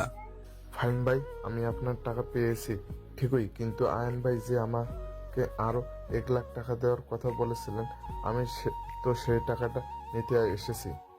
এদিকে তারেকের এই কথা শুনে পুরো ড্রয়িং রুমে যেন একটা বোমা ফাটে। সবাই স্তব্ধ হয়ে যায়। নদীর চোখ কপালে উঠে যায়। ফাহিম হা করে তাকিয়ে থাকে। আয়নের বাবা মা, নদীর বাবা মা সবাই ঘোর গোল লাগা দৃষ্টিতে আয়নের দিকে তাকায়। আয়ন খুব শান্তভাবে সোফায় বসে আছে। তার চোখে মুখে কোনো ভয়ের ছাপ নেই। সে মুচকি হেসে পকেট থেকে একটা খাম বের করে, তারেকের দিকে এগিয়ে দেয়। এই নাও তারেক, তোমার 1 লাখ টাকা। তুমি তোমার কাজ খুব নিখুঁতভাবে করেছো। তোমার অভিনয়ের জন্যই আজ আমি নদীকে নিজের করে পেয়েছি। আয়ান, এসবের মানে কি? তুমি তারেককে টাকা দিয়েছো মানে কি? তুমি তো কাল সারা দিন আমার উপর রাগ দেখালে, কারণ আমি তারেককে নিয়ে নাটক করেছিলাম। আয়ান, তুই আমাকে পুরো কনফিউজড করে দিয়েছিস। তুই কবে তারেককে টাকা দিলি আর কেনই বা দিলি? তুই তো কিছুই জানতিস না। আমি সব জানতাম ফাহিম ভাই, আমি নদীর চেয়েও বড় মাস্টার মাইন্ড। নদী ভেবেছিল সে আমাকে ট্র্যাপে ফেলেছে। আয়ান, তুই একটু ক্লিয়ার করে বলবি? ভাই, আমাদের সবার মাথায় উপর দিয়ে যাচ্ছে সব কিছু। তুই কিভাবে কি করলি? নদীর ওই নীল ডায়েরি আমি কাল পড়িনি। আমি ওই ডায়েরি আজ থেকে 6 মাস আগে পড়েছিলাম। নদী যখন প্রথম আমার জন্য ওর অনুভূতির কথা ডায়েরিতে লিখেছিল, আমি সেদিনই সেটা দেখে ফেলি। তুমি 6 মাস আগে আমার ডায়েরি পড়েছো আর আমাকে একবারও বুঝতে দাওনি? তুমি এত বড় একজন অভিনেতা আয়ান। আমি শুধু দেখতে চেয়েছিলাম তুমি আমাকে পাওয়ার জন্য কতদূর যেতে পারো। আমি তো তোমাকে ছোটবেলা থেকেই ভালোবাসতাম, কিন্তু তুমি বয়সে বড় বলে আমি কখনো সাহস করে বলতে পারিনি। বন্ধু, তুই এত বড় একটা গেম খেললি আর আমরা তো তোর কাছে বন্ধু হয়েও কিছুই জানতে পারলাম না। তুই একটা জিনিয়াস আয়ান। আমরা তো ভাবতাম তুই নদী ভাবিকে জমের মতো ভয় পাস, আর তুই কি না তলে তলে এত বড় একটা প্ল্যান করে বসে আছিস। আমি ইচ্ছাকৃতভাবেই নদীকে ভয় পাওয়ার নাটক করতাম, যাতে নদী নিজের অধিকার খাটিয়ে আমাকে শাসন করে, কারণ ওর ওই শাসনটুকু আমার খুব ভালো লাগতো। কিন্তু তারেককে তুই কিভাবে হাত করলি? আয়ান, আমরা তো তারেককে প্ল্যানের কথা অনেক পরে বলেছিলাম। আমি আপনাদের সব কথা আড়াল থেকে শুনতাম। আপনারা যখন তারেককে 50,000 টাকা দিয়ে বিয়ের আসরে শুধু একটু জেদ করতে বলেছিলেন, আমি তারেকের সাথে আলাদাভাবে দেখা করি। হ্যাঁ, আয়ন ভাই আমাকে আলাদাভাবে ডেকে 1 লাখ টাকা অফার করেন এবং বলেন বিয়ের আসরে এমনভাবে অপমান করতে যেন নদীর বাবা বাধ্য হয়ে আয়ন ভাইয়ের সাথে নদীর বিয়ে দেন। আয়ান বাবা, তুই এত বড় একটা কাজ করলি, শুধু আমাদের একটু বলতে পারতি, আমরা কি তোদের ভালোবাসা মেনে নিতাম না? আব্বা, আমি জানি আপনারা মেনে নিতেন, কিন্তু নদীর মনে একটা সন্দেহ থেকে যেত যে আমি হয়তো ওকে করুণা করে বিয়ে করেছি। আমি চেয়েছিলাম নদী যেন ভাবে সব ওর প্ল্যান অনুযায়ী হয়েছে। আমি তো বুঝাইতে পারছি না আমি আজ হাসবো নাকি কাঁদবো। তোমরা দুই ছেলে মেয়ে মিলে আমাদের পুরো পরিবারকে সিনেমা বানিয়ে ফেললে। কি রে নদী, তুই তো সব সময় আয়ানকে বাচ্চা বলে খেপাতি, এখন দেখ তোর ওই বাচ্চা স্বামী তোর চেয়েও বড় ডন বের হলো। নদী, তুই তো একদম বোকা বনে গেলি। তুই ভাবলি তুই শিকারি, আর এখন দেখলি তুই নিজেই শিকার হয়ে গেছিস। আয়ান, আমরা তোর এই মাস্টার মাইন্ড প্ল্যানের জন্য একটা গ্র্যান্ড পার্টি চাই। তুই আমাদের সবাইকে এত বড় একটা সারপ্রাইজ দিলি। আয়ান বাবা, তুমি সত্যি আমাদের সবাইকে চমকে দিচ্ছ। তোমার এই বুদ্ধির কাছে আমরা সবাই হেরে গেলাম। আমি তো ভাই এখনো ঘোরের মধ্যে আছি। আয়ান ভাই যে এত ঠান্ডা মাথার প্লেয়ার সেটা আমার ধারণার বাইরে ছিল। আয়ন ভাই, আপনি নদী ভাবিকে একদম পারফেক্ট একটা সারপ্রাইজ দিয়েছেন। ভাবি সারা জীবন আপনার এই টুইস্ট মনে রাখবে। ছোট মামু, তুমি আর বড় মামু মিলে আমাদের সবার সাথে গেম খেলেছো। আমি কিন্তু তোমাদের সাথে আর কথা বলবো না। যারা মা, তুমি রাগ করো না, আমি তোমাকে অনেকগুলো চকলেট কিনে দেব। আমরা কেউ আর কখনো গেম খেলবো না, সব সত্যি এখন সবার সামনে। এদিকে আয়নের এই অবিশ্বাস্য টুইস্টের পর পুরো পরিবারের সব অভিমান আর কনফিউশন আনন্দ অশ্রুতে পরিণত হয়। সবাই হো হো করে হাসতে শুরু করে। নদীর চোখে তখন এক অদ্ভুত জল। সে বুঝতে পারছে আয়ন তাকে কতটা গভীরভাবে ভালোবাসে। যে ছেলেটা নিজের ভালোবাসাকে প্রকাশ করার জন্য এত বড় একটা ঝুঁকি নিতে পারে, তার কাছে নদীর পুরো জীবনটা একদম সুরক্ষিত। তারেক তার টাকা নিয়ে হাসি মুখে বিদায় নেয়। সবাই মিলে একসাথে বসে দুপুরের খাবার খায়। একটা বড় উৎসবের মতো করে খাবারের আয়োজন করা হয়। আয়ান আর নদী পাশাপাশি বসে থাকে। কেউ কাউকে এক মুহূর্তের জন্য চোখের আড়াল করছে না। খাওয়া দাওয়া এবং আড্ডা শেষে সবাই যার ঘরে ঘরে বিশ্রাম নিতে যায়। আয়ান আর নদী তাদের নিজেদের ঘরে প্রবেশ করে দরজা বন্ধ করে দেয়। আয়ান, তুমি এত বড় একটা চিটার, আমি স্বপ্নেও ভাবিনি। তুমি আমাকে এত নিখুঁতভাবে বোকা বানালে, আর কাল সারাদিন আমার উপর যে রাগ দেখালে সেটাও কি নাটক ছিল? কালকের রাতটা পুরোটা নাটক ছিল না নদী। আমি একটু কষ্ট পেয়েছিলাম যে তুমি আমাকে সরাসরি সব বলতে পারতে, কিন্তু পরে ভেবে দেখলাম আমি নিজেও তো তোমাকে সব না জানিয়ে এত বড় একটা প্ল্যান করেছি, তাই তোমাকে মাফ করে দিয়েছিলাম। তুমি একটা আস্ত শয়তান আয়ান। তুমি আমার ইমোশন নিয়ে খেলা করেছো। আমি কাল কত কেঁদেছি শুধু তোমার কাছে ক্ষমা পাওয়ার জন্য। আর সেই কান্নার জন্যই তো কাল রাতে আমরা এত সুন্দর একটা মুহূর্ত কাটাতে পেরেছি। তোমার ওই কান্না না দেখলে কি আমি তোমাকে এত কাছে টেনে নিতাম? তুমি সব দিক থেকেই আমাকে হারিয়ে দিলে আয়ান। আমি ভাবতাম আমি অনেক চালাক, কিন্তু তোমার এই ভালোবাসার ফাঁদে আমি খুব আনন্দেই ধরা পড়েছি। তুমি হেরে যাওনি নদী বউ, তুমি জিতে গেছো। তুমি আমার পুরো মন এবং শরীর দুইটাই জিতে নিয়েছো। এখন আর কোনো লুকোচুরি নেই, শুধু আমরা আর আমাদের ভালোবাসা। এদিকে আয়ান নদীকে কোলে তুলে নিয়ে বিছানায় ফেলে দেয়। নদী হাসতে হাসতে আয়নের গলা জড়িয়ে ধরে আয়ান নদীর ঠোঁটে একটা গভীর এবং উষ্ণ চুমু দেয়। নদীর শরীরের প্রতিটা রোমকূপ জেগে ওঠে। সে আয়নের বুকে নিজের মুখ লুকিয়ে ফেলে। আয়ান আজ আর কোনো ভয় বা সংকোচ ছাড়াই নদীর শাড়ির আঁচল সরিয়ে দেয়। নদীর ফর্সা কাঁধ এবং বুকে আয়নের হাত বিচরণ করতে শুরু করে। ঘরের বাতাস ভারী হয়ে ওঠে। বিকেলের নরম রোদ জানালার ফাঁকা দিয়ে তাদের গায়ে এসে পড়ে। আয়ান, তুমি আমাকে পাগল করে দিচ্ছ। তোমার এই ছোঁয়াগুলো আমার শিরায় শিরায় আগুন জ্বালিয়ে দিচ্ছে। তুমি তো আমার সেই আগুন নদী, যে আগুনে আমি স্বেচ্ছায় পুড়ে ছাই হতে চাই। তোমাকে ছাড়া আমার এই জীবনের কোনো মূল্য নেই। আমাকে আরো শক্ত করে জড়িয়ে ধরো আয়ান। আমাকে তোমার শরীরের সাথে একদম মিশিয়ে নাও, যেন মৃত্যু ছাড়া আমাদের কেউ আলাদা করতে না পারে। আমি তোমাকে কোনো দিন দূরে যেতে দেব না নদী। তুমি আমার সিনিয়র বউ, তুমি আমার প্রথম এবং শেষ ভালোবাসা। এদিকে আয়ান নদীর উন্মুক্ত কোমরে নিজের মুখ গুজে দেয়। নদীর মুখ থেকে অস্পষ্ট একটা শব্দ বেরিয়ে আসে। আয়ানের প্রতিটা স্পর্শ নদীকে ভালোবাসার এক চরম শিখরে নিয়ে যায়। তারা দুজন দুজনের মাঝে পুরোপুরি হারিয়ে যায়। কোনো নিয়ম বা বয়সের দেয়াল আজ আর তাদের ভালোবাসার মাঝে বাধা হয়ে দাঁড়াতে পারে না।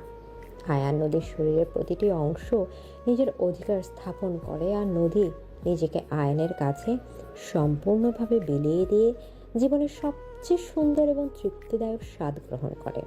তাদের এই মিলনের মধ্যে দিয়ে তাদের দীর্ঘদিনে জমে থাকা সব না বলা কথা এবং ভালোবাসা একটা পূর্ণতা পায়। এভাবে এক গভীর রোমান্স আর চরম তৃপ্তির মধ্য দিয়ে আয়ান এবং নদীর জীবনের এক নতুন এবং সুখের অধ্যায় শুরু হয়, যা চিরকাল অমলিন থাকবে।